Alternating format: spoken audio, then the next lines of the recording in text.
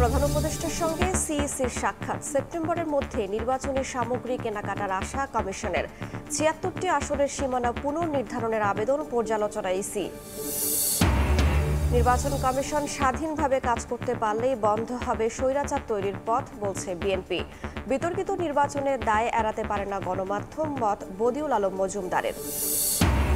আওয়ামী লীগ সরকারের অধীনে ২০২৪ সালে নির্বাচন ছিল ডামি। আদালতে স্বীকার সাবেক সিইসি হাবিবুল আউয়ালের। ভোটে অনিয়ম ও রাষ্ট্রদ্রোহ মামলায় ৩ দিনের রিমান্ডে। মত দ্বিমতে আটকে যাচ্ছে সংস্কারের ঐক্য। প্রধানমন্ত্রীর ক্ষমতা কমানো সহ মৌলিক বিষয়ে বিপরীত অবস্থানে বিভিন্ন দল। সম্মিলিতভাবে জাতীয় সনদ তৈরির আশা ছাড়েনি কমিশন। এবং ত্রিপক্ষীয় বৈঠক করলেও কাউকে কোণঠাসা করতে চায় না বাংলাদেশ। চীন পাকিস্তানের সঙ্গে হচ্ছে না জোট, জানালেন উপদেষ্টা। ভারতের সঙ্গে সম্পর্ক পুনর্বিন্যাসের চেষ্টা।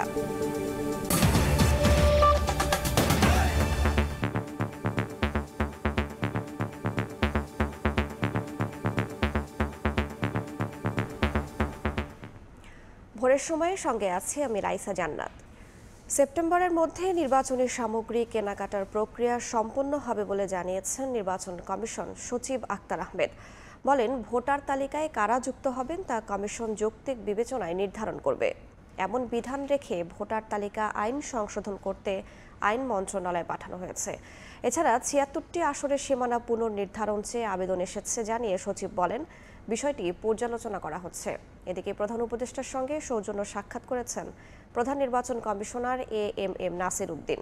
আমাদের লক্ষ্য অর্জন থেকে ব্যর্থ করতে দায়িত্ব নেওয়ার কিছুদিনের মধ্যেই ২০২৫ সালের ডিসেম্বর থেকে ২০২৬ সালের জুনের মধ্যে নির্বাচনের ঘোষণা এবং ১৭ বছর যাদের বয়স তাদেরকেও ভোটার করার কথা বলেন অন্তর্বর্তীকালীন সরকারের প্রধান উপদেষ্টা।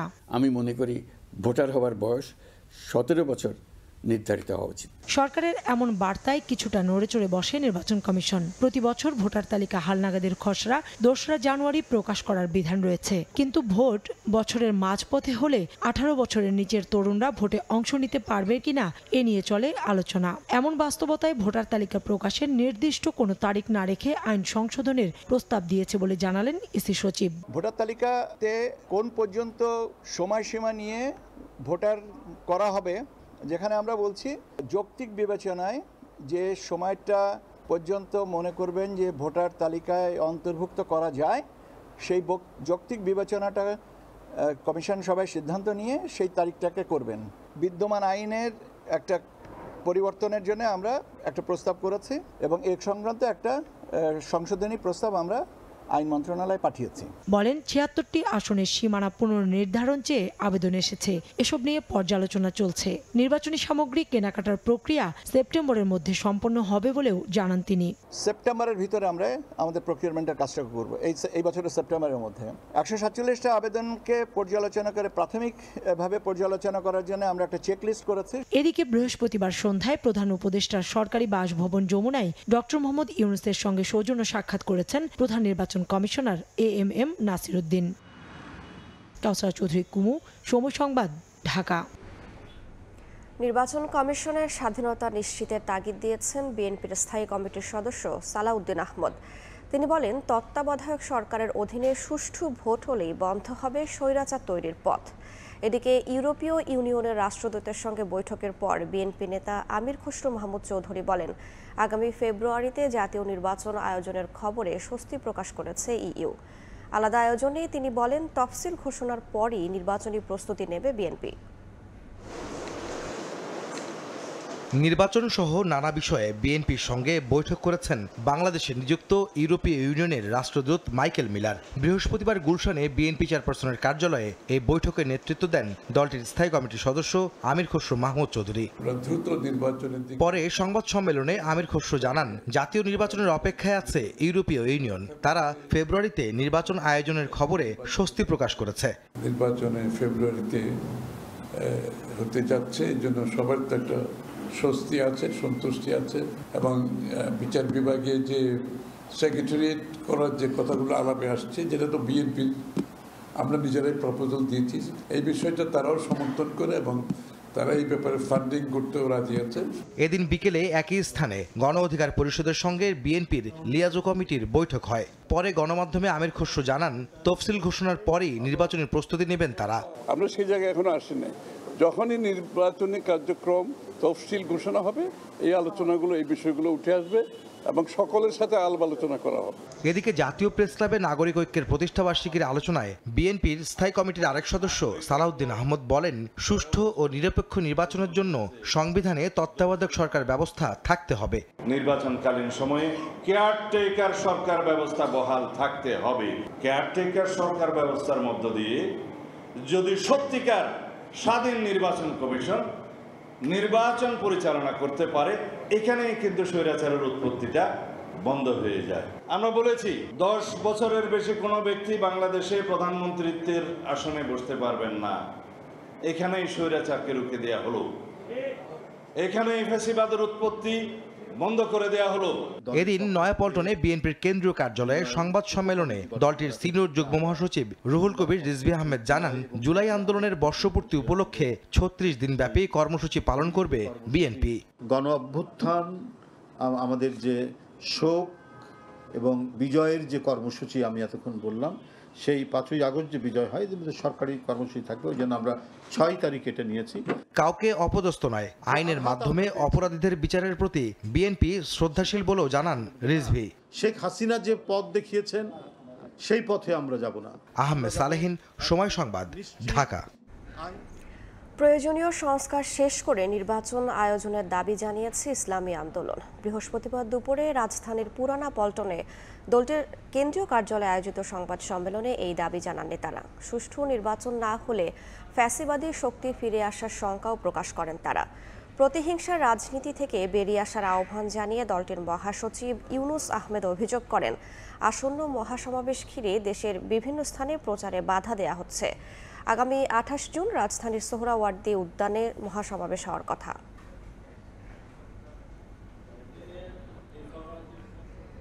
বড় দাবি হলো রাষ্ট্র সংস্কার।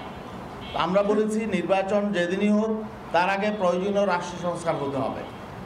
প্রয়োজনীয় সংস্কার শেষেই একটা সুষ্ঠু, নিরপেক্ষ, ক্রেডিবল একটা নির্বাচন হতে হবে। তার আগে আমরা যেন তেন কোনো নির্বাচন চাই না। বিতর্কিত নির্বাচনের দায়ে গণমাধ্যম এড়াতে পারে না বলে মন্তব্য করেছেন জাতীয় ঐকমত্য কমিশনের সদস্য বদিউল আলম মজুমদার। আওয়ামী লীগের আমলে গোয়েন্দা বাহিনী দিয়ে গণমাধ্যম কর্মীদের চাপে রাখা হতো অভিযোগ করেন প্রেস সচিব শফিকুল আলম। রাজধানীতে এক সংলাপে গণমাধ্যমের স্বাধীনতা নিশ্চিতে সাংবাদিকদের ঐক্যবদ্ধ হওয়ার তাগিদ দেন আইন উপদেষ্টা। বৃহস্পতিবার সকালে রাজধানীর সিরডাপ মিলনায়তনে সেন্টার ফর গভর্নেন্স স্টাডিজ আয়োজিত গণমাধ্যমের স্বাধীনতা, সাংবাদিকদের সুরক্ষা ও অভিযোগ নিষ্পত্তির আইনি কাঠামো পর্যালোচনা শীর্ষক সংলাপ অনুষ্ঠিত হয়, যেখানে অংশগ্রহণ করেন সাংবাদিক, রাজনৈতিক নেতা, সরকারের উপদেষ্টা, সচিব ও সুশীল সমাজের প্রতিনিধিরা। নাগরিক প্রতিনিধিরা বলেন, গত 15 থেকে 16 বছরে সাংবাদিকতায় যে কালচার তৈরি হয়েছে, সেটা অল্প সময়ে কাটিয়ে ওঠা যাবে না। আর যদি নিজস্ব কতগুলো মতবাদ দৃষ্টিভঙ্গি থাকে, তার তো প্রতিফলন সেই জায়গা থেকে সাংবাদিকরা সুরক্ষা দরকার। সাংবাদিকরা সত্যিকার অর্থে যদি সাংবাদিকতা চর্চা করেন, তাহলে সরকার কি বললো কি করলো সেটাকে তোয়াক্কা না করে তার সাংবাদিকতাই করতে হবে। গণমাধ্যম যদি সেই ভূমিকা পালন করতো, তার চোখে নির্বাচনগুলো বহুলাংশে প্রতিহত করা যেত।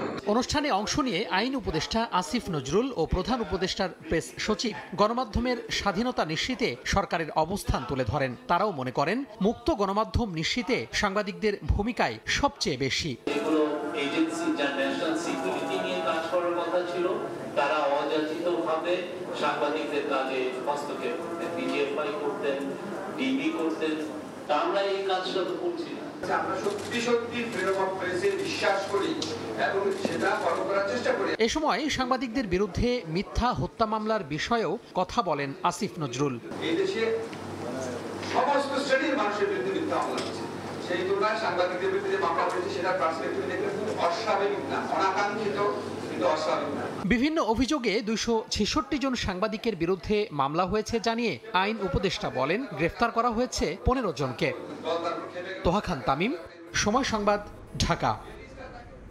আওয়ামী লীগ সরকারের অধীনে 2024 সালে নির্বাচন ছিল ডামি। নির্বাচনে অনিয়ম ও রাষ্ট্রদ্রোহিতা মামলার শুনানিতে আদালতে এমন স্বীকারোক্তি দেন সাবেক প্রধান নির্বাচন কমিশনার কাজী হাবিবুল আওয়াল।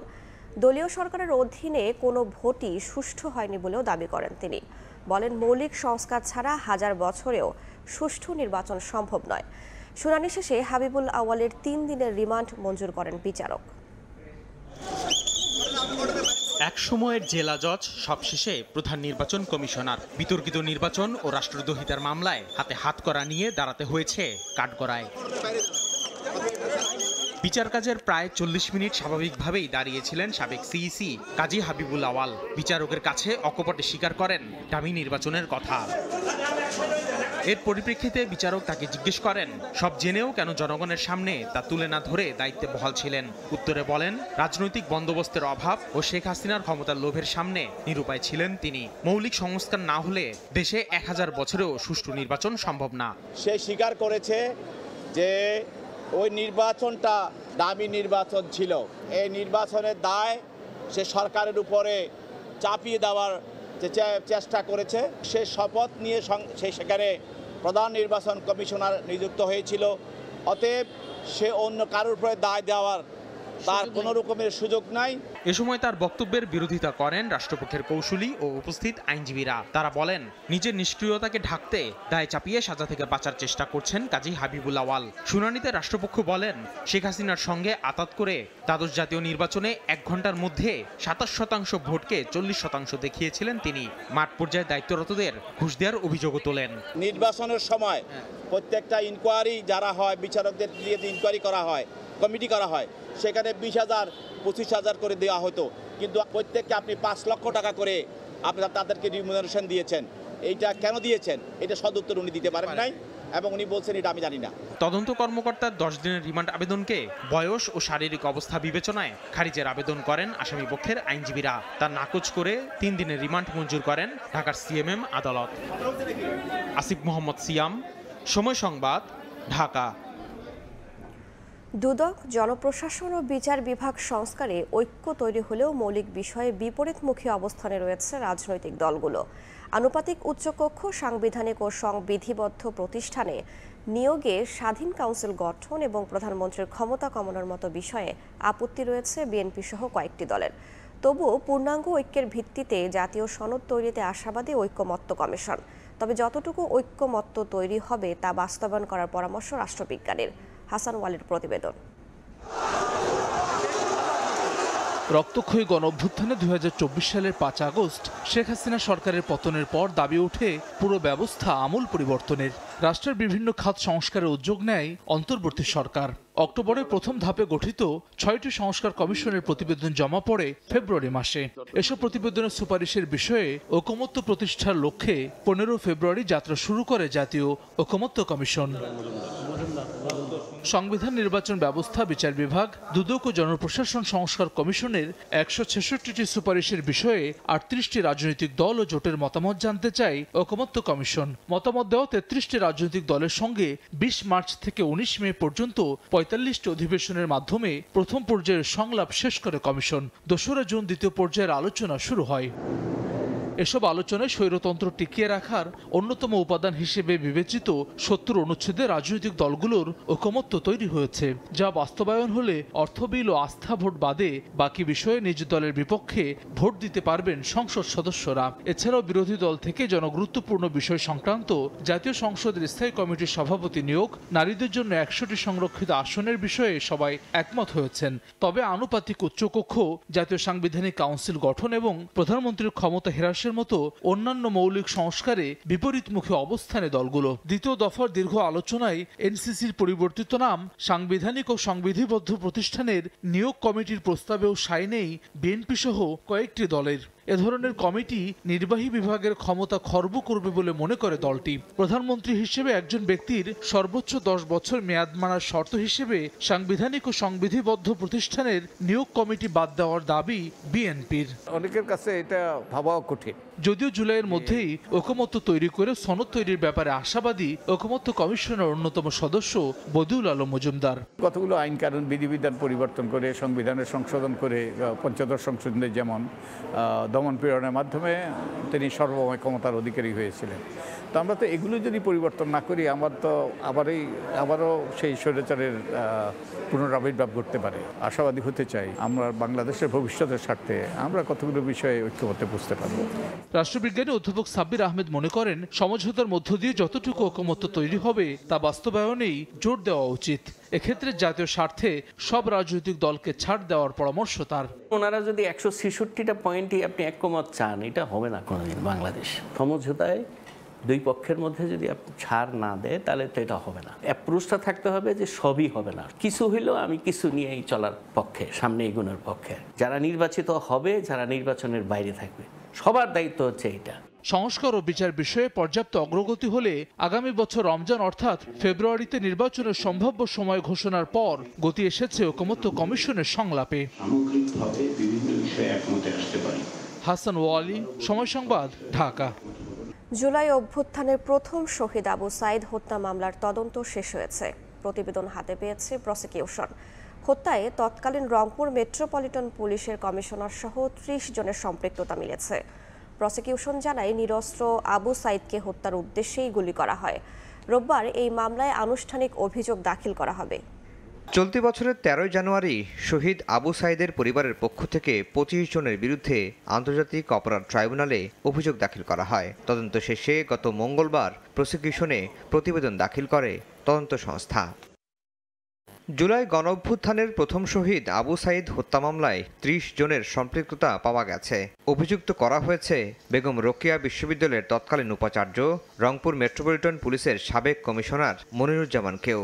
এর মধ্যে কারাগারে আছেন পুলিশের সাবেক এএসআই আমির হোসেন, কনস্টেবল সুজন চন্দ্র রায়, সাবেক প্রক্টর শরীফুল ইসলাম এবং ছাত্রলীগ নেতা ইমরান চৌধুরী। তদন্ত প্রতিবেদন অনুযায়ী 30 জনের বিরুদ্ধে ওনারা প্রতিবেদন দাখিল করেছেন এবং প্রয়োজনীয় ডকুমেন্ট, সিসিটিভি ফুটেজ, তারপরে লাইভ সম্প্রচার হয়েছিল সম্ভবত এনটিভিতে, সেটা সংগ্রহ করেছেন এবং আলামত সংগ্রহ করে সামগ্রিক দিক বিবেচনা করে এই রিপোর্টটা তৈরি করেছেন। তদন্ত প্রতিবেদনে স্পষ্ট বলা হয়েছে, নিরস্ত্র আবু সাইদকে হত্যার উদ্দেশ্যেই গুলি করা হয়। রোববার দাখিল করা হবে আনুষ্ঠানিক অভিযোগ। সাক্ষ্য প্রমাণে সেই নির্মমতার চিত্র উঠে আসবে আদালতের কাঠগড়ায়। বুক চিতিয়ে দাঁড়িয়েছিল, সে কাউকে আক্রমণ করেনি এবং কারা গুলি করেছে সেটাও আপনারা দেখেছেন, কোথা থেকে গুলি হয়েছে সেটাও দেখেছেন এবং যারা গুলি করেছে তারা আসামি। 2 জন তাকে গুলি করেছে সরাসরি, তাদের কথা বলা হয়েছে। আর আদেশদাতাকে এটা আমরা আগে বলেছি আপনাদের।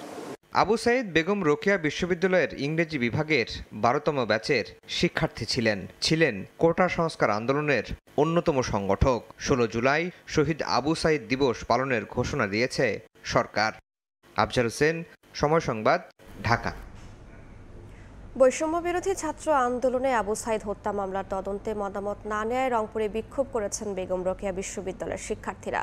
বৃহস্পতিবার সকালে প্রশাসনিক ভবনের সামনে জড়ো হন তারা। এ সময় নানা স্লোগান দেন শিক্ষার্থীরা। অভিযোগ করেন, জুলাই অভ্যুত্থানে পুলিশের গুলিতে শহীদ আবু সাইদ হত্যা মামলার সঠিক তদন্ত হয়নি। তাই সঠিক তদন্ত করে প্রকৃত আসামিদের সর্বোচ্চ শাস্তি নিশ্চিতের দাবি জানান তারা।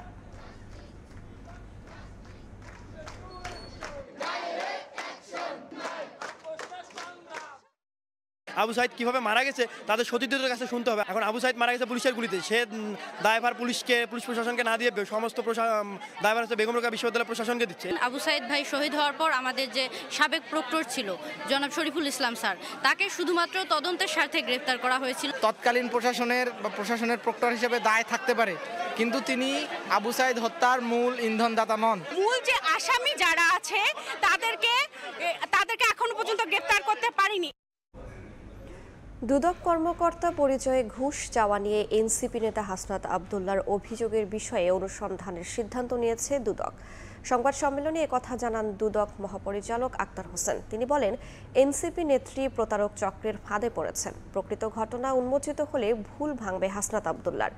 এদিকে 29তম বিসিএসে প্রভাব খাটিয়ে চাকরি পাওয়া 21 জনের বিরুদ্ধেও অনুসন্ধান শুরু করেছে সংস্থাটি। স্বাধীন বাংলাদেশে দুদকের চা খাওয়ার বিল 1 লাখ টাকা। সম্প্রতি এনসিপির দক্ষিণ অঞ্চলের মুখ্য সংগঠক হাসনাত আব্দুল্লাহর এমন একটি অভিযোগ ঘুরপাক খাচ্ছে সামাজিক মাধ্যমে। সেখানে বলা হয় এনসিপি নেত্রী ডাক্তার মাহমুদা মিতুর কাছ থেকে দুর্নীতির অভিযোগ থেকে অব্যাহতির জন্য মোবাইলে অর্থ দাবি করেন দুদকের ডিজি পরিচয়ে আক্তার হোসেন। এ বিষয়ে সংবাদ সম্মেলনে মহাপরিচালক জানান, এনসিপি নেত্রী মাহমুদা মিতু প্রতারক চক্রের ফাঁদে পড়েছেন। একই নম্বর থেকে আরও চাঁদা দাবির ঘটনা ঘটেছে বলেও জানান তিনি। বলেন, এ ঘটনায় 4টি জিডি দায়ের করেছেন ভুক্তভোগীরা। এই অভিযোগের অনুসন্ধানে দুদকের কারো সংশ্লিষ্টতা মিললে কঠোর ব্যবস্থা নেওয়া হবে। এই প্রতারক চক্র যখন কথা বলেন, যে প্রক্রিয়া অনুসরণ করে এখানে যিনি ভিকটিম হয়েছেন তাকে যেভাবে কথা বলে, এই প্রক্রিয়াটা একই রকম। এবং আমরা আপনাদেরকে এটাও আশ্বস্ত করতে চাই আপনাদের মাধ্যমে, এই আমাদের যে টিম কাজ করছেন এবং তারা যদি এই প্রক্রিয়ার সাথে যদি দুদকের কোনো পর্যায়ে কোনো কর্মকর্তার কোনো ধরনের সংশ্লিষ্টতা পাওয়া যায়, তাদেরকেও আইনামূলে আনা হবে। এদিকে 29তম বিসিএস এর ফল প্রকাশের 13 মাস পর নন ক্যাডারের সুপারিশপ্রাপ্ত 21 জনকে ক্ষমতার প্রভাব খাটিয়ে ক্যাডার হিসাবে বিভিন্ন দফতরে পদায়ন করা হয়। এমন অভিযোগের ভিত্তিতে অনুসন্ধানের সিদ্ধান্ত নিয়েছে সংস্থাটি। নিয়ম বহির্ভূতভাবে যখন হয়েছে তখন আপনাকে আমরা এই বিষয়ে অনুসন্ধানের সিদ্ধান্ত গ্রহণ করা হয়েছে। সুতরাং অনুসন্ধানে সব বিষয়গুলো উঠে আসবে। এদিন ঋণের নামে প্রায় 50 কোটি টাকা আত্মসাতের অভিযোগে এনআরবি গ্লোবাল ব্যাংকের সাবেক এমডি পিকে হালদার সহ 25 জনের বিরুদ্ধে পৃথক 2টি মামলা করে দুদক। তাসলিম তৌহিদ, সময় সংবাদ, ঢাকা। আওয়ামী লীগ সরকারের আমলে যে গুম খুন হয়েছে নতুন বাংলাদেশে তার ঠাঁই হবে না। স্বাধীন মত প্রকাশের ক্ষেত্রে কোনো রাজনৈতিক দল যাতে পরবর্তীতে এ ধরনের কর্মকাণ্ড করতে না পারে সে বিষয়ে সবাইকে ঐক্যবদ্ধ হওয়ার আহ্বান জানিয়েছেন জাতীয় নাগরিক পার্টির জ্যেষ্ঠ যুগ্ম আহ্বায়ক সামান্তা শারমিন। বৃহস্পতিবার বিকেলে আন্তর্জাতিক নির্যাতন বিরোধী দিবস উপলক্ষে রাজধানীর বাংলা মোটরে দলের অস্থায়ী কার্যালয়ে কথা বলেন তিনি। বলেন, গেল 17 বছরের নির্যাতিতদের বিষয়ে রাজনৈতিক দলগুলোর কথা বলা উচিত। এছাড়া ফ্যাসিস্ট সরকারের আমলে নির্যাতনের বিরুদ্ধে যে মামলাগুলো এখনও নেওয়া হয়নি সেগুলো এখতিয়ারভুক্ত করে বিচার এবং সংশ্লিষ্ট পরিবারকে ক্ষতিপূরণ দেওয়ার দাবি জানান তিনি। এবং এই সংরক্ষণ কিন্তু আমরা দেখেছি তারা ব্যক্তিগত পর্যায়ে অবিলম্বে এখানে অন্তর্বর্তীকালীন সরকার তার যতটুকু মেয়াদ আছে তাদেরকে ইন টোটাল বাংলাদেশের সামাজিকভাবে সব ধরনের নিপীড়ন বন্ধ করার জন্য যে ধরনের উদ্যোগ নেওয়া প্রয়োজন এগুলো পলিটিক্যাল পার্টি সহ সকল স্টেক হোল্ডারদের সাথে নিয়ে এই রিপোর্টগুলো বাস্তবায়ন করা এবং কমিশনগুলো যেগুলো হয়নি সেগুলো তৈরি করার দিকে মনোযোগ দিতে হবে। ত্রিপক্ষীয় বৈঠক করলেও কাউকে কোণঠাসা করতে চায় না বাংলাদেশ। চীন পাকিস্তানের সঙ্গে বাংলাদেশ কোনো জোট গঠন করছে না বলে জানান পররাষ্ট্র উপদেষ্টা তৌহিদ হোসেন। বৃহস্পতিবার বিকেলে পররাষ্ট্র মন্ত্রণালয়ের সংবাদ সম্মেলনে তিনি আরও জানান, ভারতের সঙ্গে সম্পর্ক পুনর্বিন্যাসে কাজ চলছে। এদিকে ইরানে আটকে পড়া 26 বাংলাদেশি করাচি হয়ে ঢাকায় ফিরবেন বলেও জানান পররাষ্ট্র উপদেষ্টা। 19 জুন চীনের ইউনান প্রদেশের কুনমিং শহরে সচিব পর্যায়ের ত্রিপক্ষীয় বৈঠকের সংবাদ বিজ্ঞপ্তির সঙ্গে এই ছবি প্রকাশ করেছে ইসলামাবাদ। বেইজিং থেকে প্রকাশ করা বিজ্ঞপ্তিতেও একই ছবি। ভৌগোলিক অবস্থান বিবেচনায় এমন ছবি অস্বস্তিতে ফেলতে পারে ভারতকে। দিল্লিকে চাপে ফেলতেই কি 3 প্রতিবেশীর এই জোট? যদিও তা নাকচ করে দিলেন পররাষ্ট্র উপদেষ্টা তৌহিদ হোসেন। বলেন, কাউকে কোণঠাসা করতে কোনো জোট নয়, পারস্পরিক সহযোগিতা বৃদ্ধিতেই এই বৈঠক। এটা হলো যে আসলে কোনো জোট গঠন করছি না আমরা, মূলত উদ্যোগ চীনের এবং এটা একেবারে অফিসিয়াল পর্যায়ে, এটা কোনো রাজনৈতিক কোনো পর্যায়ে না। আলাপ আলোচনা কিন্তু পুরোপুরি ছিল কানেক্টিভিটি, তারপরে ব্যবসা বাণিজ্য বৃদ্ধি, এগুলি বিষয় নিয়ে। এখানে কোনো ধরনের কোনো ওই আপনার যে জোট গঠন যেটাকে বলছে সেরকম ধরনের কোনো কিছু এটাতে ছিল না।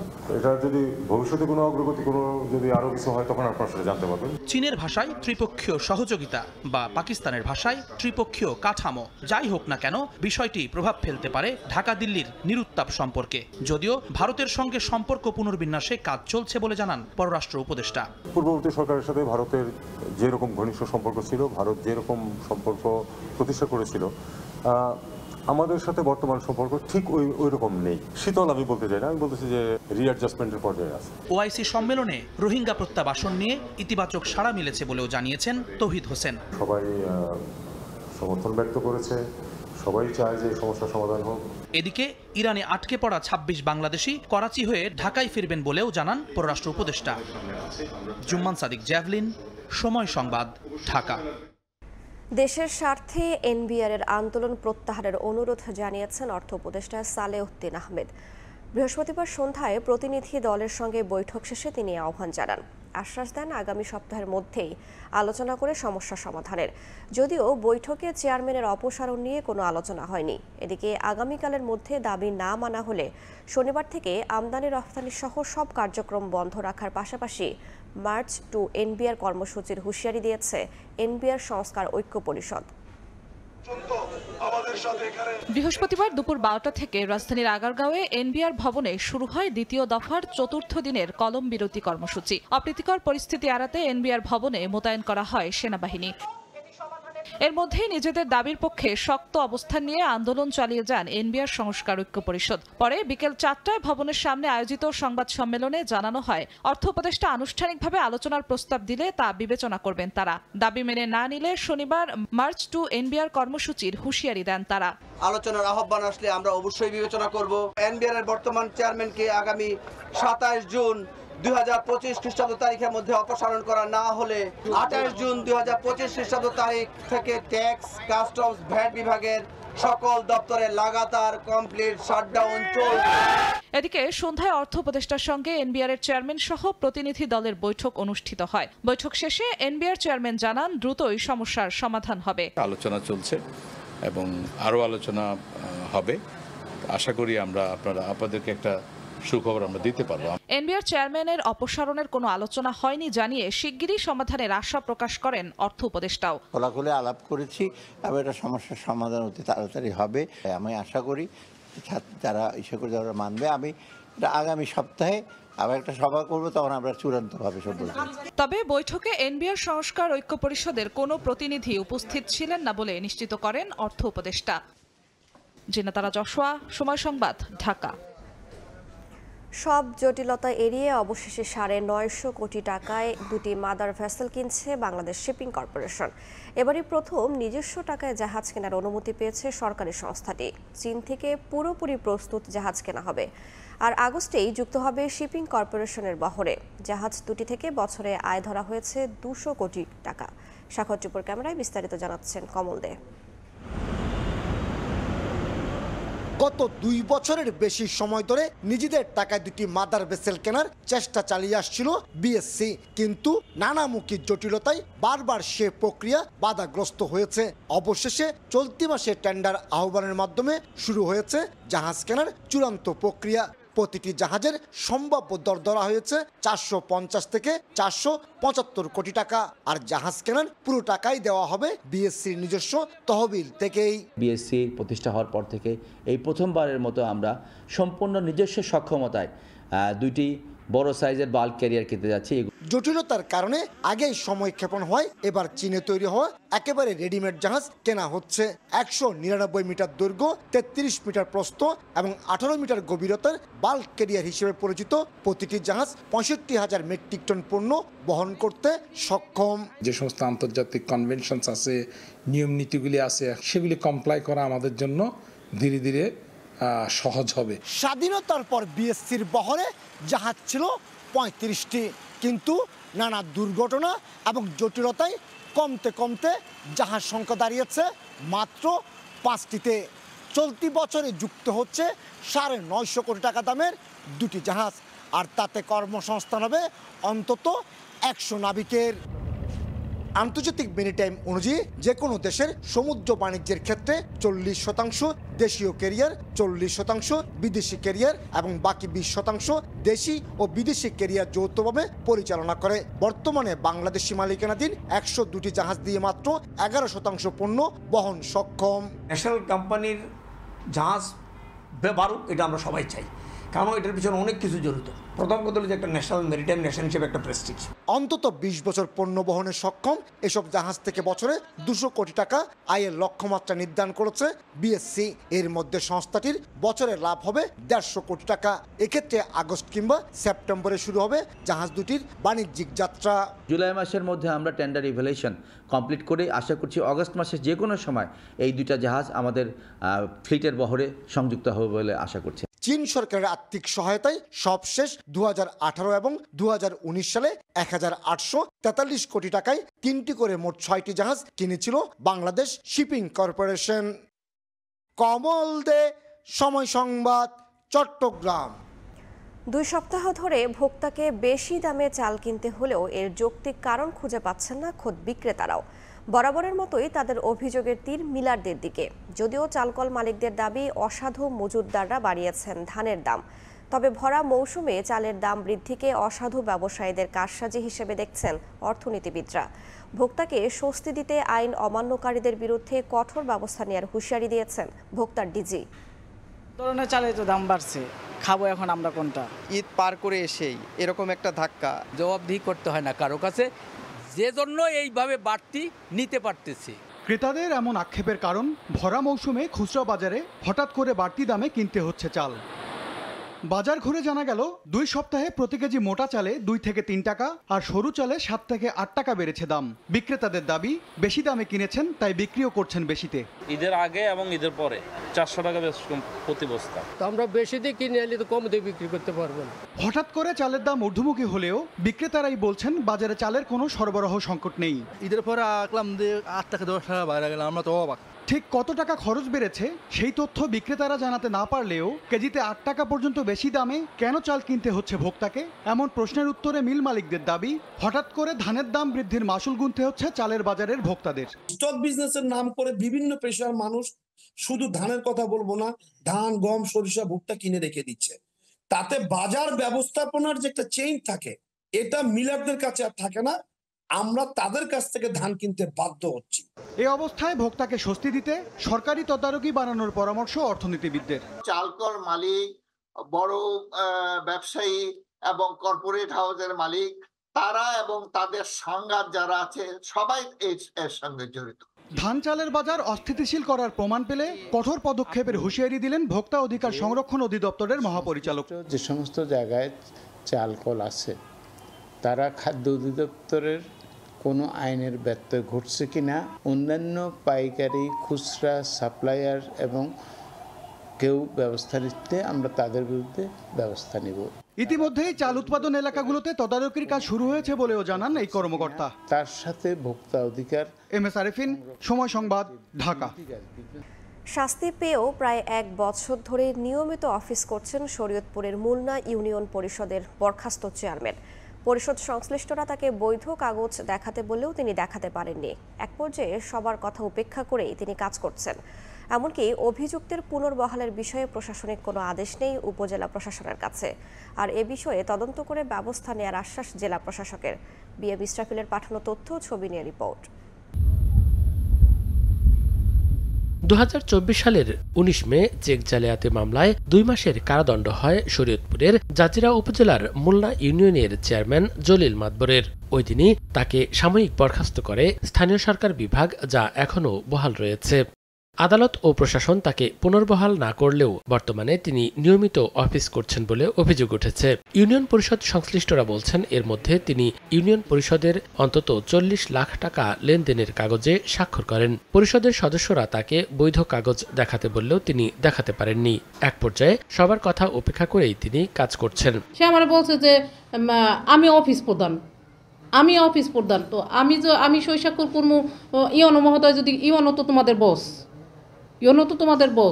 তো তোমাদের বস যদি মাইনা নেয় তো তোমার সমস্যা কি? ইউনিয়নের এই যে জিনিসগুলা যদি স্তক হয়ে যায়, মানুষের সেবা জিনিসটা যদি বন্ধ হয়ে যায় আমাদের কোনো কারণে, তাহলে কি আমরা দায়ী থাকবো না?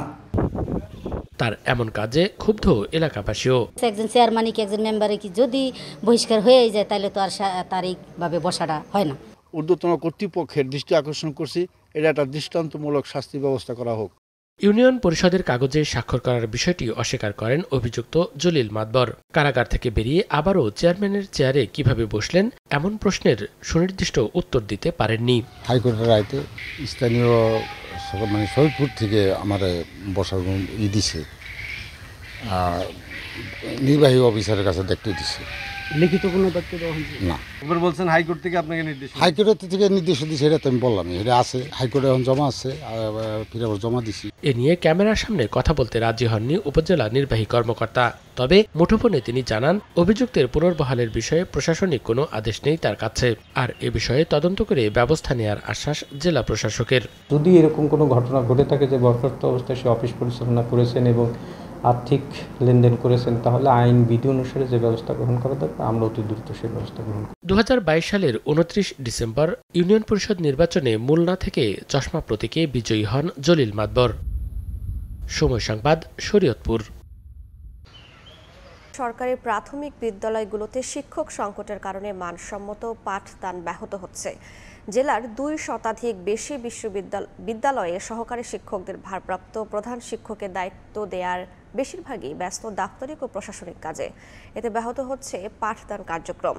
দ্রুত শূন্য পদে নিয়োগের দাবি শিক্ষক শিক্ষার্থীর। যদিও সমস্যার সমাধানের পদক্ষেপ নেওয়ার কথা জানায় জেলা প্রাথমিক শিক্ষা অধিদপ্তর। সঞ্জয় কর্মকার অভিজিতের রিপোর্ট, ছবি তুলেছেন শাহাদাত আকুন। শিপ্রা বৈরাগী মাদারীপুর কেন্দুয়া ইউনিয়নের 1902 সালে প্রতিষ্ঠিত 101 নম্বর দত্তকেন্দুয়া সরকারি প্রাথমিক বিদ্যালয়ের সহকারী শিক্ষক। প্রধান শিক্ষক না থাকায় 1 বছরেরও বেশি সময় ধরে তিনি পালন করছেন বিদ্যালয়ের গুরুত্বপূর্ণ পদের দায়িত্ব। এতে অধিকাংশ সময় দাপ্তরিক কাজে ব্যস্ত থাকছেন তিনি। এদিকে 175 নম্বর কলাবাড়ি সরকারি প্রাথমিক বিদ্যালয়ে গত বছরের অক্টোবরে প্রধান শিক্ষক অর্চনা গোলদার অন্যত্র বদলি হন। পরে এই পদে আছেন সহকারী শিক্ষক মশিউর রহমান। অন্য একাধিক কাজে ব্যস্ত থাকায় ব্যাহত হচ্ছে পাঠদান কার্যক্রম। অফিসিয়ালের কাজ এবং দাপ্তরিক কাজ এবং ক্লাস নেওয়া তিনটা মিলিয়ে কাজ করা অনেকটা কষ্টের ব্যাপার।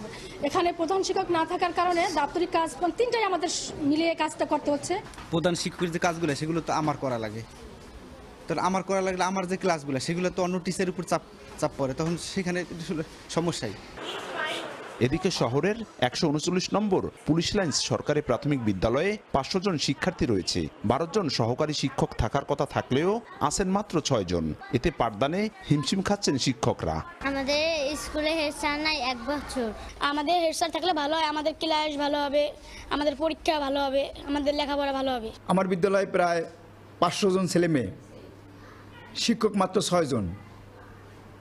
আমরা পাঠদানে খুবই সমস্যায় পড়তে হয়।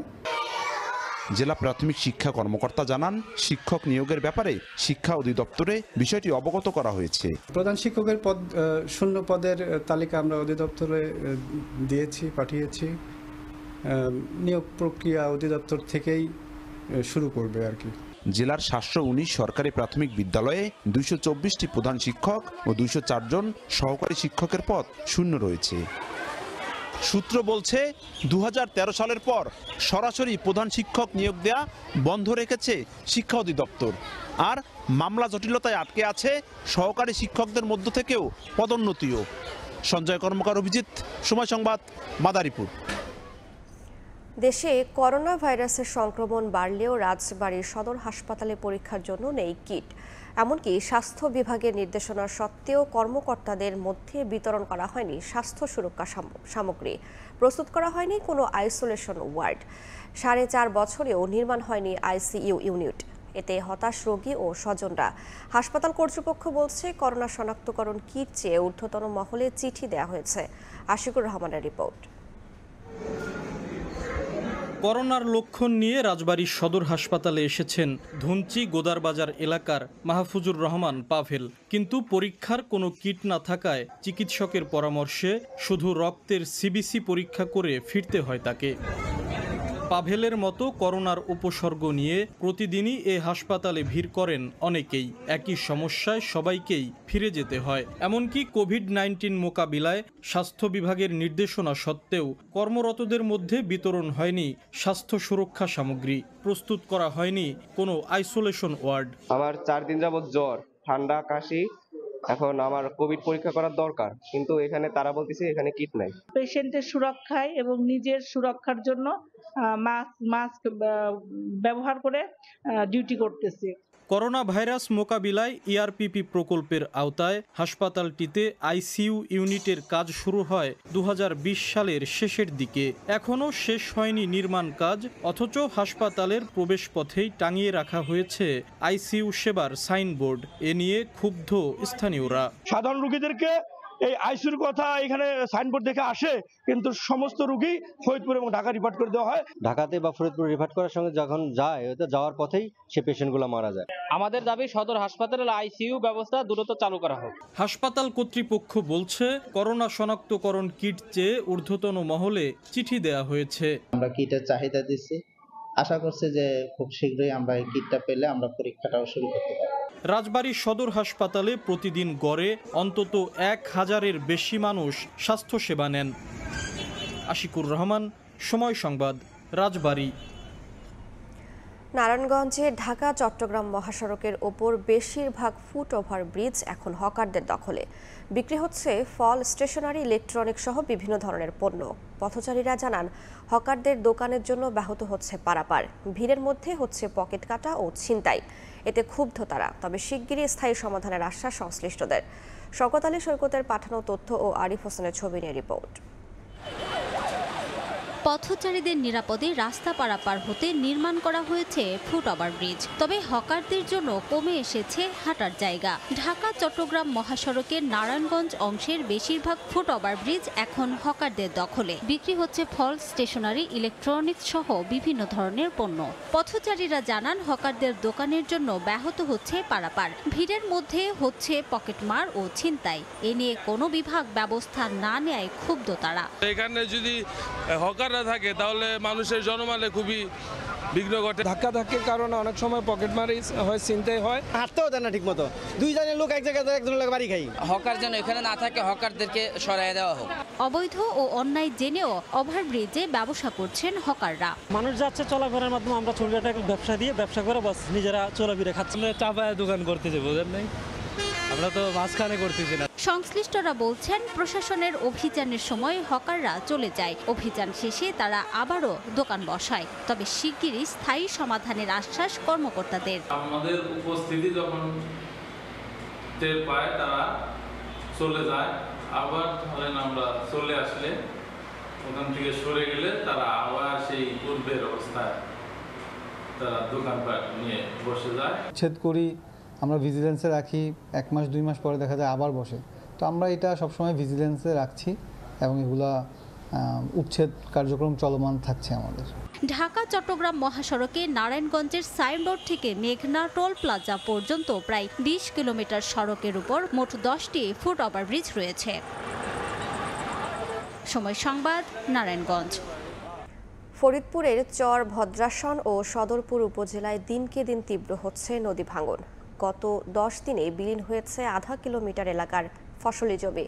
শতাধিক পরিবার সরিয়ে নিয়েছে ঘর, অনেকে হারিয়েছেন ভিটে মাটি।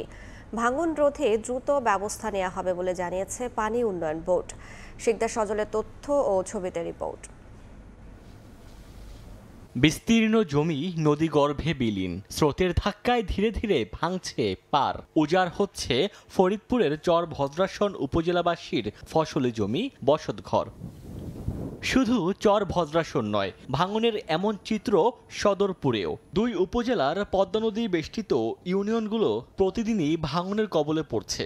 বিশেষ করে বর্ষা শুরু হওয়ার সঙ্গে সঙ্গে তীব্র আকার ধারণ করছে ভাঙন। গত 10 দিনে বিলীন হয়েছে আধা কিলোমিটার এলাকার ফসলি জমি। শতাধিক পরিবার সরিয়ে নিয়েছে বসতঘর, অনেকে হারিয়েছেন ভিটেমাটি। নির্ঘুম রাত কাটাচ্ছেন দুর্গত এলাকার বাসিন্দারা। 5 বছর যাবত ধরে ভাঙতেছে, বাড়িঘরও কিছু মনে সরাই নিয়ে গেছে।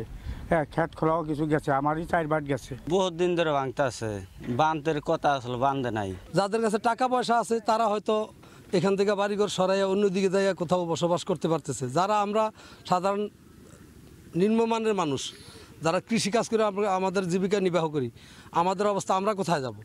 ভাঙন রোধে কাজ শুরু করতে মন্ত্রণালয়ে চিঠি দেওয়া হয়েছে। দ্রুত ব্যবস্থা নেওয়া হবে বলে জানিয়েছেন পানি উন্নয়ন বোর্ডের নির্বাহী প্রকৌশলী। এখানে আসলে সম্পূর্ণ দৈর্ঘ্য হচ্ছে বর্তমানে স্থায়ী তীর প্রতিরক্ষা কাজ বাস্তবায়নের একটা প্রয়োজনীয়তা রয়েছে এবং ইতিমধ্যে চরভদ্র-সেনের 3 কিলোমিটারের অধিক দৈর্ঘ্যের তীর প্রতিরক্ষা কাজ বাস্তবায়নের জন্য আমরা একটা ডিপিপি প্রণয়ন করে আমাদের মন্ত্রণালয়ে প্রেরণ করেছি। ওটা আশা করি খুব দ্রুত এটা অনুমোদন পাবে।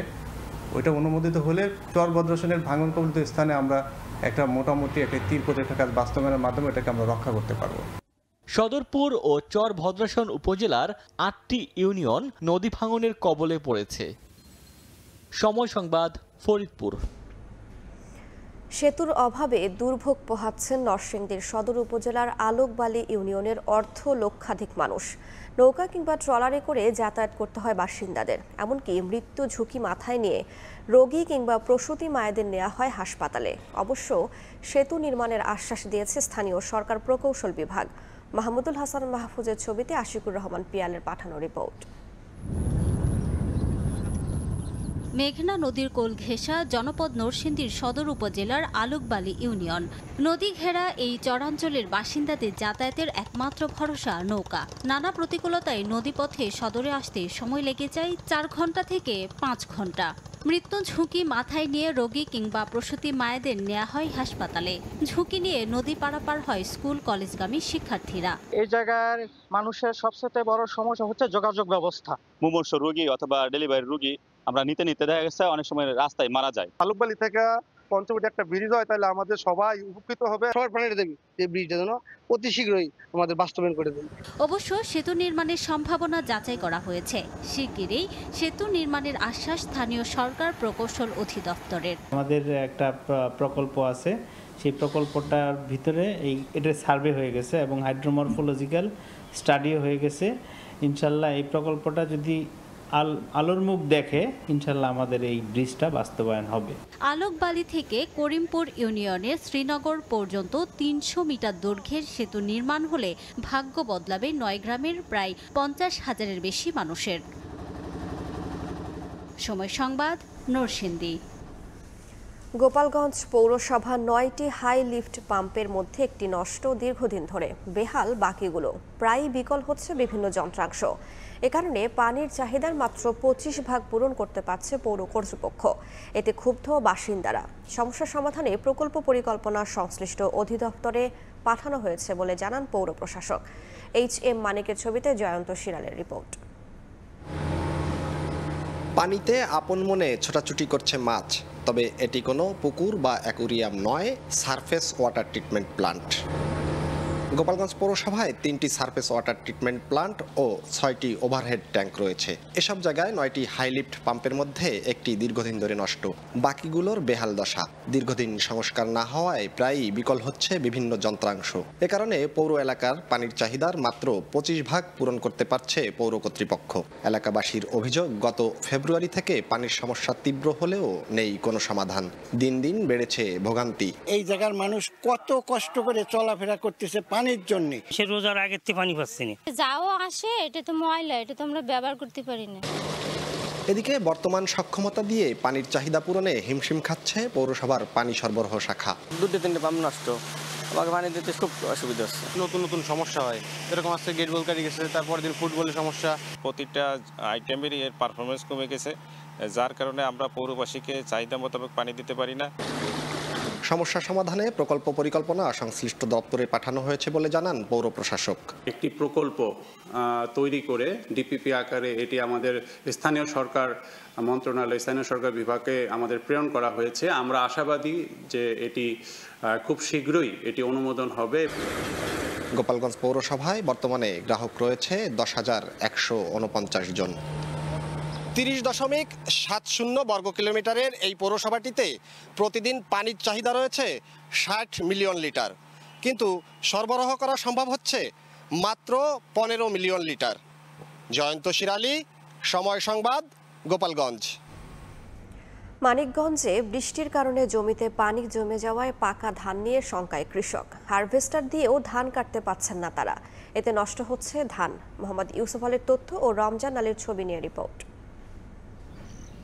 বিস্তীর্ণ ফসলি জমিতে পড়ে আছে পাকা ধান, কিন্তু বৃষ্টিতে পানি জমায় কৃষক তুলতে পারছেন না ঘরে।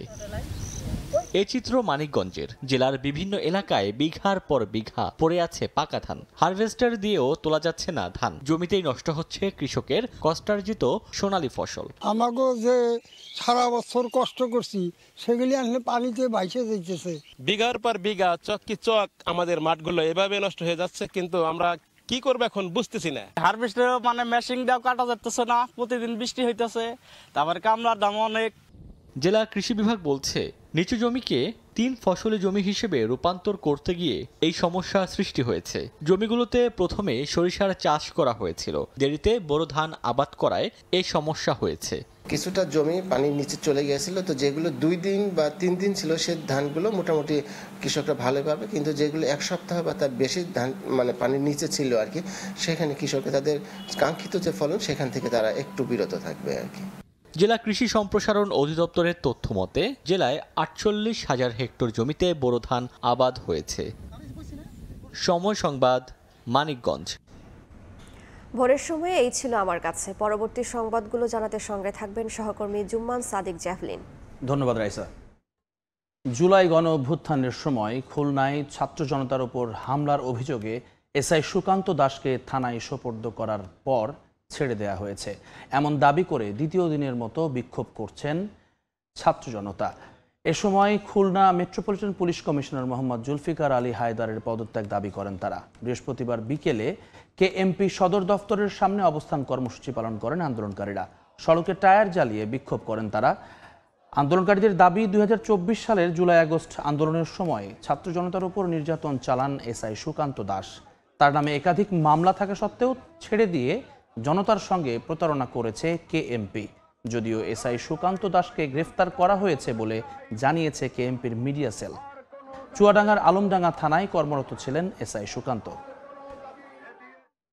বাগেরহাটের রামপাল তাপবিদ্যুৎ কেন্দ্রে বাংলাদেশ ও ভারতের কর্মচারীদের বেতন বৈষম্য ও মালামাল লুটপাটের অভিযোগে অভিযান চালিয়েছে দুর্নীতি দমন কমিশন।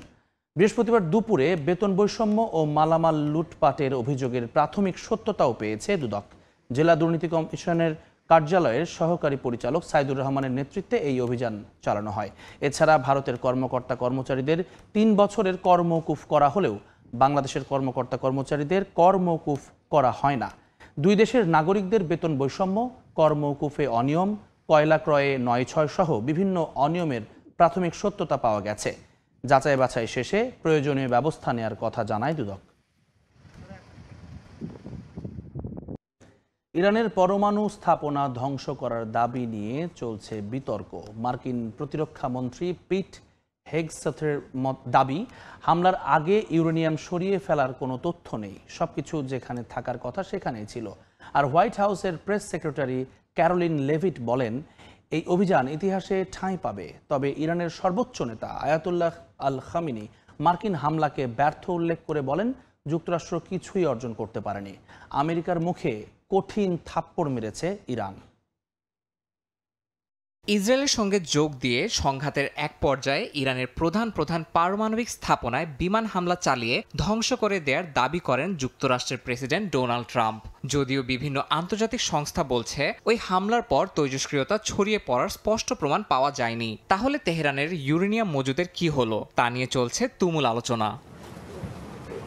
এই আলোচনার মধ্যেই স্থানীয় সময় বৃহস্পতিবার মার্কিন প্রতিরক্ষা মন্ত্রী পিট হেগসেথ জানান, ইরান গোপনে ইউরেনিয়াম সরিয়েছে এমন কোনো গোয়েন্দা তথ্য তার হাতে নেই। দাবি করেন সবকিছু যেখানে থাকার কথা সেখানেই ছিল।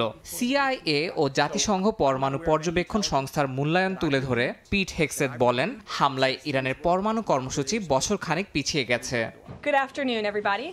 হামলার সাফল্য নিয়ে হেগসেথের বক্তব্যকে সমর্থন জানিয়ে হোয়াইট হাউসের প্রেস সেক্রেটারি ক্যারোলিন লেভিট বলেন, এই অভিযান ইতিহাসে ঠাঁই পাবে। ট্রাম্প প্রশাসনের দাবি, পরমাণু হুমকি শেষ হয়েছে এবং এখন তারা কূটনৈতিক পথে এগোতে চায়। তবে ইরানের সর্বোচ্চ নেতা আয়াতুল্লাহ আলী খামিনি এই হামলাকে ব্যর্থ উল্লেখ করে বলেন, যুক্তরাষ্ট্র কিছুই অর্জন করতে পারেনি, বরং ইরানের উপর হামলা চালিয়ে মুখ রক্ষা করতে চেয়েছে। শুধু তাই নয়, আমেরিকার মুখে ইরান কঠিন থাপ্পড় মেরেছে বলেও দাবি করেন তিনি। ইরানের সঙ্গে যুদ্ধবিরতির পর প্রেসিডেন্ট ট্রাম্পের সঙ্গে হাতে হাত রেখে কাজ চালিয়ে যাওয়ার প্রতিশ্রুতি দিয়েছেন ইসরায়েলের প্রধানমন্ত্রী বিনিয়ামিন নেতানিয়াহু। শত্রু মোকাবিলা, জিম্মি মুক্তি ও শান্তি চুক্তির বিস্তারে এই মুহূর্তকে গুরুত্বপূর্ণ সুযোগ হিসেবে দেখছেন তিনি। ন্যাটো সম্মেলন শেষে সংবাদ সম্মেলনে ট্রাম্প বলেন আগামী সপ্তাহে ইরানের সঙ্গে বসবেন মার্কিন বিশেষ দূত। তবে ইরানের পররাষ্ট্রমন্ত্রী আব্বাস আরাকচি জানান যুক্তরাষ্ট্রের সঙ্গে আগামী সপ্তাহে কোনো বৈঠকের পরিকল্পনা নেই তেহরানের। তিনি জানান পূর্বের 5 দফা আলোচনায় ব্যর্থ হয়েছে। পারমাণবিক স্থাপনায় ব্যাপক ক্ষতির পর এখন পরিস্থিতি নতুন করে বিশ্লেষণ করে কূটনৈতিক পথ নির্ধারণ করবে ইরান। সংঘাত নিরসনে কূটনৈতিক প্রচেষ্টার প্রতিশ্রুতি দিয়েছে ইউরোপীয় ইউনিয়ন। একই সঙ্গে তারা বলছে ইরান কখনোই পারমাণবিক অস্ত্র অর্জন করতে পারবে না। টানা 12 দিনের সংঘাত শেষে যুদ্ধবিরতি কার্যকরের পর তেহরান জুড়ে স্বস্তি ফিরেছে। দোকানপাট খোলার পাশাপাশি স্বাভাবিক হতে শুরু করেছে জনজীবন। ইয়াসিন মোহাম্মদ জিসান, সময় সংবাদ। ইসরায়েলের প্রধানমন্ত্রী বিনয়ামিন নেতানিয়াহুকে মহানায়ক আখ্যা দিয়ে তাকে ক্ষমা করে দেওয়া উচিত বলে মন্তব্য করেছেন মার্কিন প্রেসিডেন্ট ডোনাল্ড ট্রাম্প। পাশাপাশি দুর্নীতির অভিযোগে নেতানিয়াহুর বিরুদ্ধে চলা বিচার কাজ বাতিলের আহ্বান জানান মার্কিন প্রেসিডেন্ট। নেতানিয়াহুকে যুক্তরাষ্ট্র রক্ষা করবে বলেও মন্তব্য করেন ট্রাম্প। বুধবার ইসরায়েলের প্রধানমন্ত্রী বিনিয়ামিন নেতানিয়াহুর পক্ষ নিয়ে নিজের সামাজিক যোগাযোগ মাধ্যম ট্রুথ সোশ্যালে একের পর এক বার্তা লেখেন মার্কিন প্রেসিডেন্ট ডোনাল্ড ট্রাম্প। নেতানিয়াহুকে একজন মহানায়ক এবং একজন যোদ্ধা বলে প্রশংসা করেন তিনি। ট্রাম্প ট্রুথ সোশ্যালে আরও বলেন যুক্তরাষ্ট্রই ইসরায়েলকে বাঁচিয়েছে, এখন যুক্তরাষ্ট্রই নেতানিয়াহুকে রক্ষা করবে। নেতানিয়াহুর বিরুদ্ধে দায়ের করা সব ধরনের মামলা প্রত্যাহারেরও দাবি জানান ট্রাম্প। বলেন ইসরায়েলের জন্য অনেক কিছু করেছেন নেতানিয়াহু। সমালোচকরা বলছেন ইসরায়েলকে রক্ষা করতেই ইরানের পারমাণবিক স্থাপনার হামলা চালায় যুক্তরাষ্ট্র। এবার নেতানিয়াহুকে রক্ষায় মরিয়া হয়ে উঠেছেন ট্রাম্প। 2019 সালে নেতানিয়াহুর বিরুদ্ধে ঘুষ, প্রতারণা ও বিশ্বাসঘাতকতার অভিযোগ আনা হয়। এসব অভিযোগে নেতানিয়াহুর বিরুদ্ধে করা 3টি ফৌজদারি মামলার বিচার শুরু হয় 2020 সালে। ইসরায়েলি গণমাধ্যম জানায় 3 জুন তেল আবিবের একটি আদালতে নেতানিয়াহুকে জিজ্ঞাসাবাদ করা শুরু হয়। আগামী সোমবার আদালতে হাজিরা দিতে যাবেন নেতানিয়াহু। এই বিচার কাজ শেষ হতে প্রায় 1 বছর সময় লাগবে বলে ধারণা সংশ্লিষ্টদের। অর্জিতা শাহজিন, সময় সংবাদ। দ্বিতীয় বিশ্বযুদ্ধের পর ইউরোপের বিজ্ঞানীদের আশ্রয় দিয়েছিল যুক্তরাষ্ট্র। 80 বছর পর ইতিহাসের উল্টো পর্বের মঞ্চায়ন শুরু। এবার মার্কিন বিজ্ঞানীদের আশ্রয় দিচ্ছে ফ্রান্স। ট্রাম্প প্রশাসনের অধীন গবেষণা বান্ধব পরিবেশ সংকুচিত হওয়ায় সেফ প্লেস ফর সায়েন্স নামে কর্মসূচি নিয়েছে ফ্রান্সের এইক্স মার্সেই বিশ্ববিদ্যালয়। এই উদ্যোগের আওতায় ফ্রান্সে পৌঁছেছেন প্রথম মার্কিন গবেষক। এছাড়াও আগ্রহ দেখিয়েছেন স্ট্যানফোর্ড, ইয়েল ও নাসার বিজ্ঞানীরাও। বৃহস্পতিবার দক্ষিণ ফ্রান্সের এইক্স মার্সে বিশ্ববিদ্যালয়ে প্রথম মার্কিন গবেষককে বরণ করে নেওয়া হয় সেফ প্লেস ফর সায়েন্স কর্মসূচির আওতায়। ট্রাম্প প্রশাসনের অধীনে গবেষণায় অর্থায়ন কমে যাওয়ায় মার্কিন বিজ্ঞানীদের অনেকেই পেশাগত সংকটে পড়েছেন। এই প্রেক্ষাপটে গবেষণার নিরাপদ পরিবেশ তৈরি করতে এই কর্মসূচি চালু করেছে ফরাসি বিশ্ববিদ্যালয়টি। বিশ্ববিদ্যালয়ের প্রেসিডেন্ট এরিক বার্তো বলেন 80 বছর আগে আমেরিকা বিতাড়িত বিজ্ঞানীদের আশ্রয় দিয়েছিল। এবার ইতিহাসের এক করুণ উল্টো পর্বে মার্কিন বিজ্ঞানীরাই আশ্রয় নিচ্ছেন ফ্রান্সে। স্ট্যানফোর্ড, ইয়েল ও নাসার মতো প্রতিষ্ঠানের গবেষকরা এরই মধ্যে কর্মসূচিতে আগ্রহ দেখিয়েছেন। ফরাসি বিশ্ববিদ্যালয়টি জানিয়েছে প্রাথমিকভাবে 20 জন গবেষককে নিয়োগ দেওয়া হবে এবং ভবিষ্যতে তা আরও বাড়ানো হবে। বিজ্ঞান, জলবায়ু পরিবর্তন, চিকিৎসা ও অ্যাস্ট্রোফিজিক্স সহ নানা ক্ষেত্রে কাজ করা গবেষকদের জন্য 3 বছরে 1.5 কোটি ইউরো বরাদ্দ রাখা হয়েছে। জুলাইয়ের শুরুতে নির্বাচিতদের নাম প্রকাশ করা হবে। এই উদ্যোগে শুধু গবেষণা নয়, স্থানীয় প্রশাসনের সহায়তায় বাসস্থান, চাকরি ও ভিসার সুযোগও দেওয়া হচ্ছে। প্রকল্পটি সফল হলে ইউরোপের অন্যান্য দেশেও বিস্তৃত হতে পারে বলে জানিয়েছে এইক্স মার্সে বিশ্ববিদ্যালয় কর্তৃপক্ষ। ইয়াসিন মোহাম্মদ জিসান, সময় সংবাদ। তুরস্কে বৈঠকের পর আবারও বন্দি বিনিময় করল রাশিয়া ও ইউক্রেন। বন্দীদের বেশিরভাগই ছিল সেনা সদস্য। তাদের চিকিৎসা ও পুনর্বাসনের জন্য যথাযথ পদক্ষেপ নিয়েছে দুই দেশই। বন্দি বিনিময়ের মধ্যেই ইউক্রেনের খেরসনে রুশ বিমান হামলায় 1 জন নিহত ও 2 জন আহত হয়েছেন। এছাড়া দোনেৎস্কে 2টি গ্রাম দখল করেছে রাশিয়া। তবে সুমি অঞ্চলে রুশ আগ্রাসন প্রতিহত করেছে বলে দাবি করেছে ইউক্রেনের সেনাপ্রধান। স্থানীয় সময় বৃহস্পতিবার আবারও বন্দি বিনিময় করেছে রাশিয়া ও ইউক্রেন। মস্কো ও কিয়েভ জানায় দুই পক্ষের সৈন্যরা নিজ নিজ দেশে ফিরেছেন। ইউক্রেন জানায় ফিরিয়ে আনা বেশিরভাগ সৈন্য 2022 সাল থেকে বন্দী ছিলেন। অন্যদিকে রাশিয়ার প্রতিরক্ষা মন্ত্রণালয় জানায় মুক্ত সেনারা বর্তমানে বেলারুশের চিকিৎসা ও পুনর্বাসন সেবা নিচ্ছেন। ইউক্রেন জানায় সর্বশেষ বিনিময়ে আহত ও অসুস্থ সৈন্যরাও ছিলেন, যাদের বয়স 24 থেকে 62 বছরের মধ্যে। আরও বিনিময়ের আশ্বাস দিয়েছেন তারা। তবে এই অগ্রগতির মধ্যেও কিয়েভ ও মস্কোর মধ্যে শান্তি আলোচনায় কোনো অগ্রগতি হয়নি। দখলকৃত ভূখণ্ড ছাড়তে রাজি নয় রাশিয়া। বন্দি বিনিময়ের মধ্যেই ইউক্রেনের খেরসনে রুশ বিমান হামলায় হতাহত হয়েছেন কয়েকজন। এছাড়া দোনেৎস্কে 2টি গ্রাম দখল করেছে রাশিয়া। এই অঞ্চল ঘিরেই ডিনিপ্রোপেট্রোভস্কে প্রবেশের চেষ্টা চালাচ্ছে মস্কো। তবে সুমি অঞ্চলে রুশ আগ্রাসন প্রতিহত করার দাবি করেছে ইউক্রেনের সেনাপ্রধান। এতে প্রায় 50,000 রুশ সেনা মোতায়েন ঠেকানো গেছে বলে জানান তিনি। ওই এলাকায় প্রতিরক্ষা জোরদারের নতুন ইউনিটও গঠন করেছে কিয়েভ। উভয় পক্ষই চালিয়ে যাচ্ছে ড্রোন ও ক্ষেপণাস্ত্র হামলা। রাশিয়া জানায় এক রাতে ইউক্রেনের 50টি ড্রোন গুলি করে ভূপাতিত করা হয়েছে। অন্যদিকে ইউক্রেন জানায় রাশিয়া 41টি শাহেদ ড্রোন ছুড়েছে, যাতে কয়েকজন আহত হন। ইয়াসিন মোহাম্মদ জিসান, সময় সংবাদ। বিমান ছাড়াই আকাশে উড়ছে মানুষ, তাও ঘন্টায় 80 কিলোমিটারের বেশি গতিতে। জেট স্যুট পরে আকাশে উড়ে সবাইকে অবাক করে দেন ব্রিটিশ সংস্থা গ্র্যাভিটি ইন্ডাস্ট্রিজের সদস্যরা। সিঙ্গাপুর ও যুক্তরাজ্যের মধ্যে কূটনৈতিক সম্পর্কের 60 বছর পূর্তিতে defence and security industry day এই প্রদর্শনী হয়। যুক্তরাজ্যের প্রতিষ্ঠানটির আশা, ভবিষ্যতে সামরিক ও উদ্ধার অভিযানে যুগান্তকারী পরিবর্তন এনে দিতে পারে এই জেট স্যুট।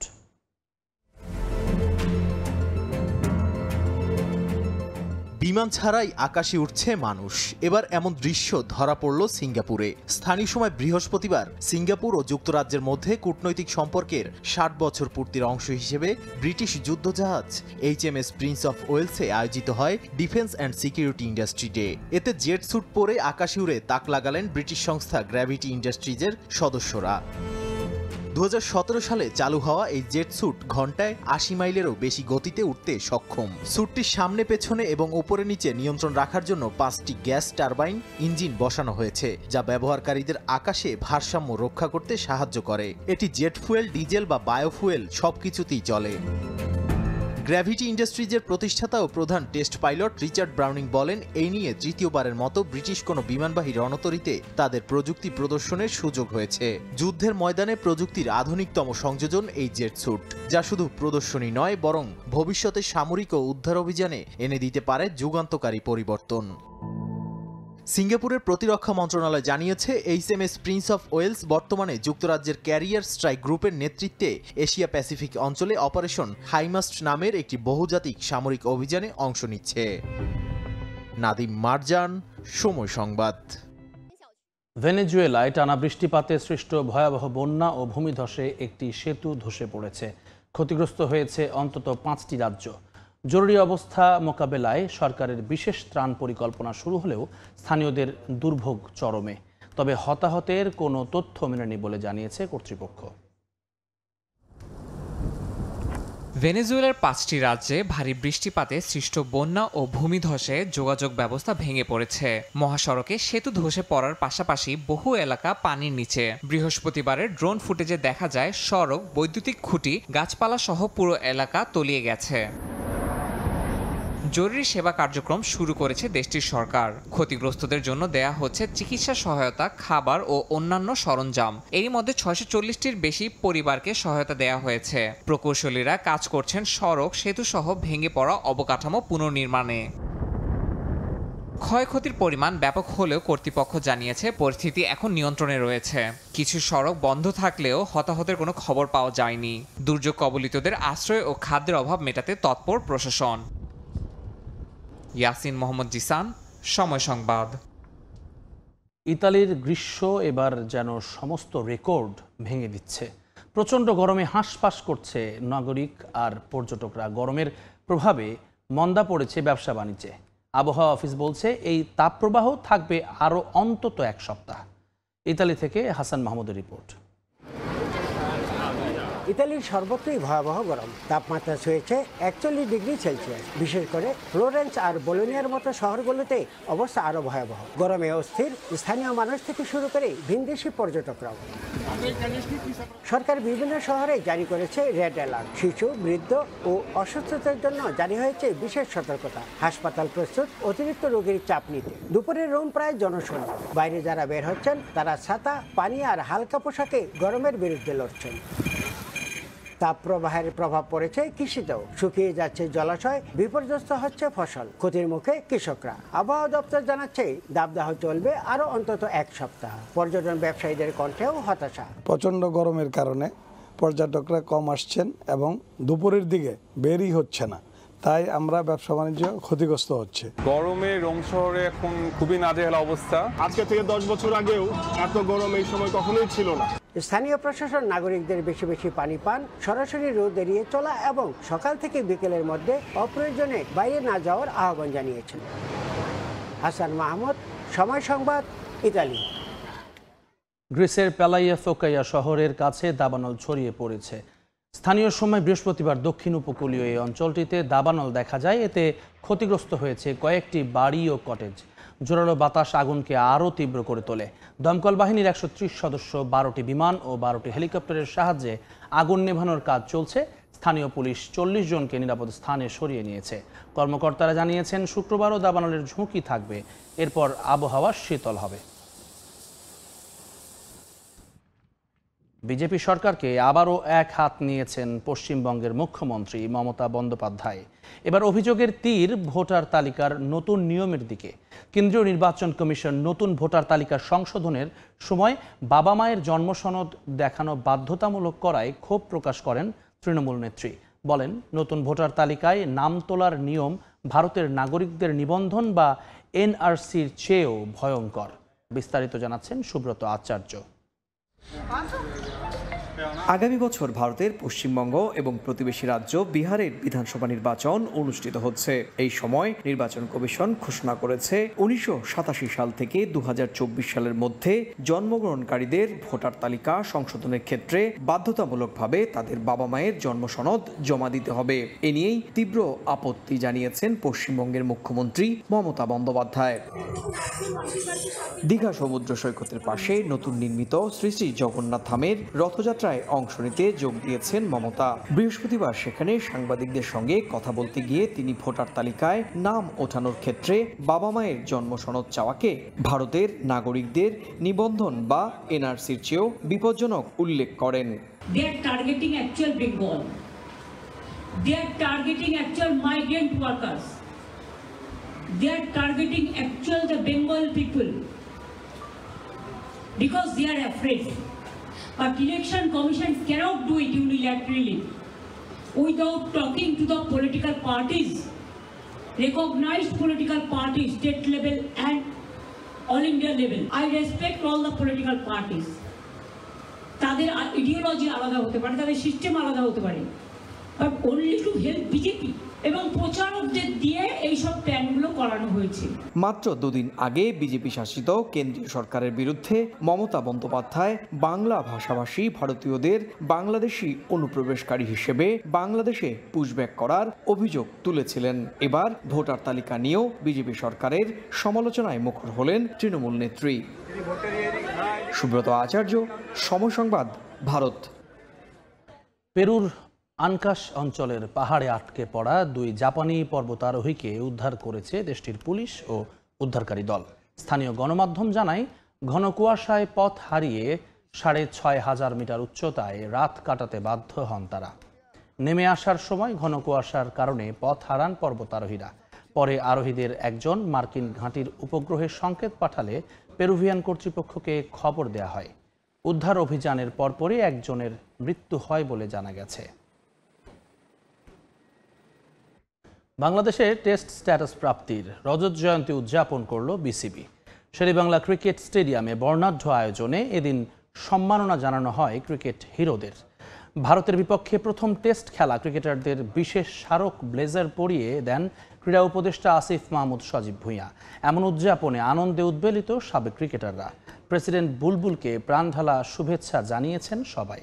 25 বছরে দেশের ক্রিকেট নিয়ে আক্ষেপ থাকলেও এখনই স্বপ্ন দেখা ছাড়তে নারাজ রফিক, সুমন, বিদ্যুৎরা। এদিকে এমন আয়োজনকে ক্রিকেটাররা থাকলেও আমন্ত্রণ জানানো হয়নি তৎকালীন বিসিবি প্রেসিডেন্ট এবং সাধারণ সম্পাদককে।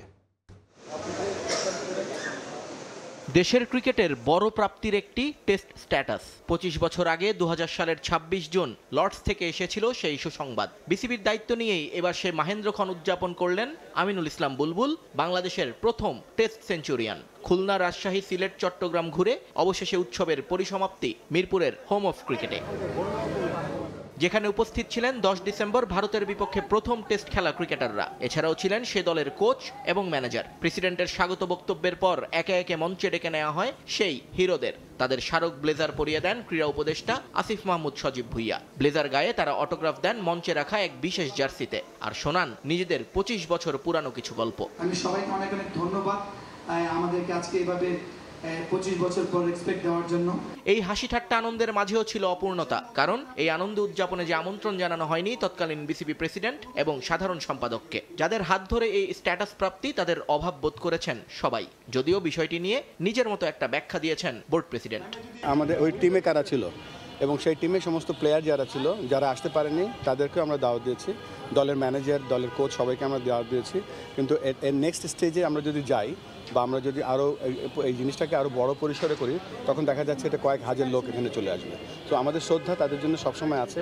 আয়োজনের রংহীনতা নিয়ে প্রশ্ন থাকলেও লক্ষ্যটা স্থির বিসিবি প্রেসিডেন্টের। ক্রিকেটের বিকেন্দ্রীকরণ তার প্রধান টার্গেট, যে কারণেই একের পর এক বিভাগ ঘুরে দাঁড় করিয়েছেন ট্রিপল সেঞ্চুরি প্রজেক্ট। আর আমিনুল ইসলাম বুলবুলের এই পরিকল্পনায় পূর্ণ সহযোগিতার আশ্বাস ক্রীড়া উপদেষ্টার। আমাদের দিক থেকে সর্বোচ্চ সহযোগিতা করার মানসিকতা এখন মন্ত্রণালয়ের আছে। মন্ত্রণালয়ের আমাদের সব স্তরে ক্লিয়ারলি নির্দেশনা দেওয়া আছে, যাতে করে সকল ফেডারেশন এবং ক্রীড়া সংস্থার সাথে খুব ভালো কোঅর্ডিনেশন রাখা হয়।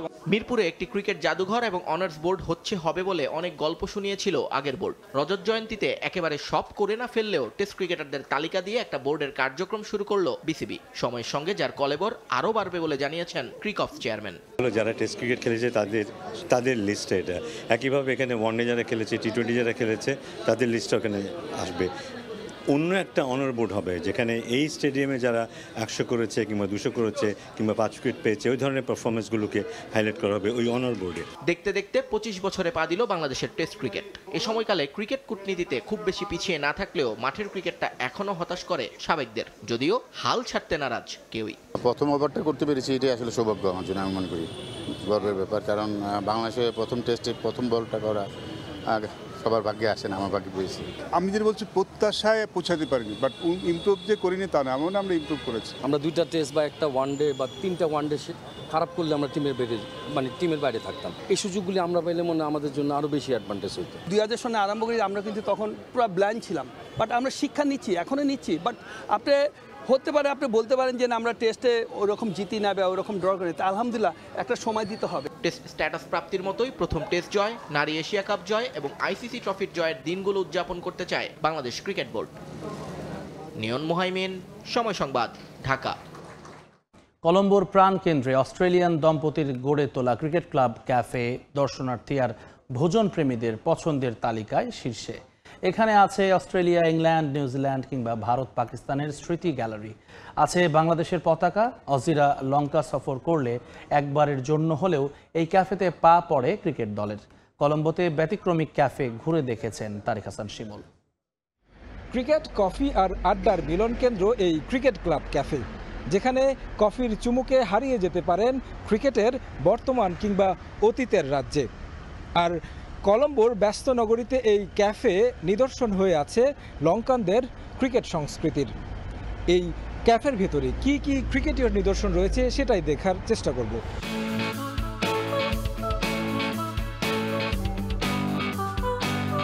অ্যালেন বর্ডার থেকে অরবিন্দ ডিসিলভা, এই ক্যাফের দেয়াল ক্রিকেট ইতিহাস, পুরনো ব্যাট, সই করা জার্সি, এমনকি বিশ্বকাপ মুহূর্ত সবই আছে কালের সাক্ষী হয়ে। ক্রিকেট খেলুড়ে দেশের ভক্তরা এখানে আসলে খুঁজে পাবে তাদের স্মরণীয় মুহূর্ত, আছে বাংলাদেশও। অস্ট্রেলিয়ান দম্পতির গড়ে তোলা ক্রিকেট ক্লাব ক্যাফেতে যেমন আছে ইংল্যান্ড, অস্ট্রেলিয়া কিংবা সাউথ আফ্রিকার স্মারক, তেমনই আছে বাংলাদেশের পতাকাও। জিম্বাবুয়ে এবং প্রোটিয়াদের পতাকার মাঝখানে রয়েছে লাল সবুজের গর্বের স্মারক। এখানে খাবারেও লেগে আছে ক্রিকেট স্পর্শ। মুরালির স্পিনাচ পাই, তিলকরত্নের ডেভিল চিকেন আর সাঙ্গাকারার আইসটির মতো রেসিপি স্বাদ দেবে ক্রিকেটের। এসএসসির গরমে খেলা দেখে যখন ক্লান্ত, তখন দুই ভক্তের গন্তব্য এই রেস্টুরেন্ট। এসএসসিতে বসে বাংলাদেশ শ্রীলঙ্কার টেস্ট ম্যাচ দেখছিলাম। এত গরম সেখানে বসা যাচ্ছিল না, তাই এই রেস্টুরেন্টে চলে আসলাম জুস খাওয়ার সাথে খেলা দেখতে। দারুণ একটা জায়গা। এখানে সব দেশের ক্রিকেটের কত মুহূর্ত রাখা আছে। নিউজিল্যান্ডের বিভিন্ন ক্রিকেটারদের ছবিও আছে। খুবই ভালো লাগছে। অস্ট্রেলিয়ান একজনের তৈরি এই রেস্টুরেন্ট। এখানে অজিদের অনেক ক্রিকেট স্মৃতি আছে। দারুণ একটা ব্যাপার, ভিন্ন দেশে এসে এমন কিছু দেখা। খুবই ভালো লাগছে এখানে। আমি অস্ট্রেলিয়ান হিসেবে খুবই আনন্দিত। 28 বছর বয়সী এই রেস্টুরেন্টের মালিক একজন অস্ট্রেলিয়ান। এই রেস্টুরেন্টের মালিক নিজে অস্ট্রেলিয়ান বলেই হয়তো আলাদাভাবে একটি ফ্লোরকে সাজিয়েছেন অসিদের কীর্তি দিয়ে, যেখানে আছে অস্ট্রেলিয়ার সাদা কালো থেকে সোনালী দিনের গল্প, আছে শেন ওয়ার্ন থেকে শুরু করে অ্যালেন বর্ডারদের স্মৃতিকাব্য। ইংল্যান্ডকে নিয়ে আছে আলাদা প্যাভিলন, যেখানে স্থান পেয়েছে ইংলিশদের প্রথম রঙিন জার্সি, আছে জিম্বাবুয়ের জার্সি কিংবা বিখ্যাত ক্রিকেটারদের স্মৃতিচিহ্ন। ক্রিকেট শুধু মাঠে নয়, মিশে আছে লঙ্কানদের হৃদয়ে। আর আপনি যদি ক্রিকেট প্রেমী হয়ে থাকেন, আপনার কলম্বো সফরে একবারের জন্য হলেও আপনার গন্তব্য হতে পারে এই ক্রিকেট ক্লাব ক্যাফে, যেখানে সুস্বাদু খাবারের সঙ্গে ক্রিকেটের জীবন্ত গ্যালারি আপনাকে নিয়ে যাবে অতীতের সেই রঙিন দুনিয়ায়। তারেক হাসান শিমুল, সময় সংবাদ, কলম্বো, শ্রীলঙ্কা। বরিশালে বিপিএলের ম্যাচ আয়োজন করা হলে দ্বিগুণ লাভবান হবে ক্রিকেট বোর্ড। সঙ্গে হোম ভেন্যুতে ম্যাচ বাড়তি উন্মাদনা যোগাবে সমর্থকদের, এমনটাই মনে করেন ফরচুন বরিশালের কর্ণধার মিজানুর রহমান। এদিকে এনএসসি চাইলে সংস্কার কাজ ডিসেম্বরের মধ্যে শেষ করা সম্ভব বলেও জানান তিনি। বিপিএলের আগে কাজ শেষ করা নিয়ে আশাবাদী স্টেডিয়ামের দায়িত্বরত কর্মকর্তা। কীর্তনখোলা নদীর অপরূপ সৌন্দর্যের মাঝে বুক উঁচিয়ে নিজের অস্তিত্বের জানান দিচ্ছে বরিশাল বিভাগীয় স্টেডিয়াম। এর সবুজ গালিচায় রয়েছে অনেক ক্রিকেটারের জানা অজানা গল্প। একসময় প্রথম শ্রেণীর ক্রিকেট সহ যুব আন্তর্জাতিক ম্যাচও অনুষ্ঠিত হয়েছে এখানে। তবে দীর্ঘদিন সব ধরনের ক্রিকেট থেকে বঞ্চিত ভেন্যুটি। আন্তর্জাতিক মানের জন্য প্রস্তুত করতে সংস্কার কাজ চলছে দীর্ঘদিন ধরে। 2021 সালে আধুনিকায়নের কাজ শুরু করলেও এখনও তা শেষ হয়নি, বরং দফায় দফায় বাড়ানো হয়েছে মেয়াদ ও অর্থ।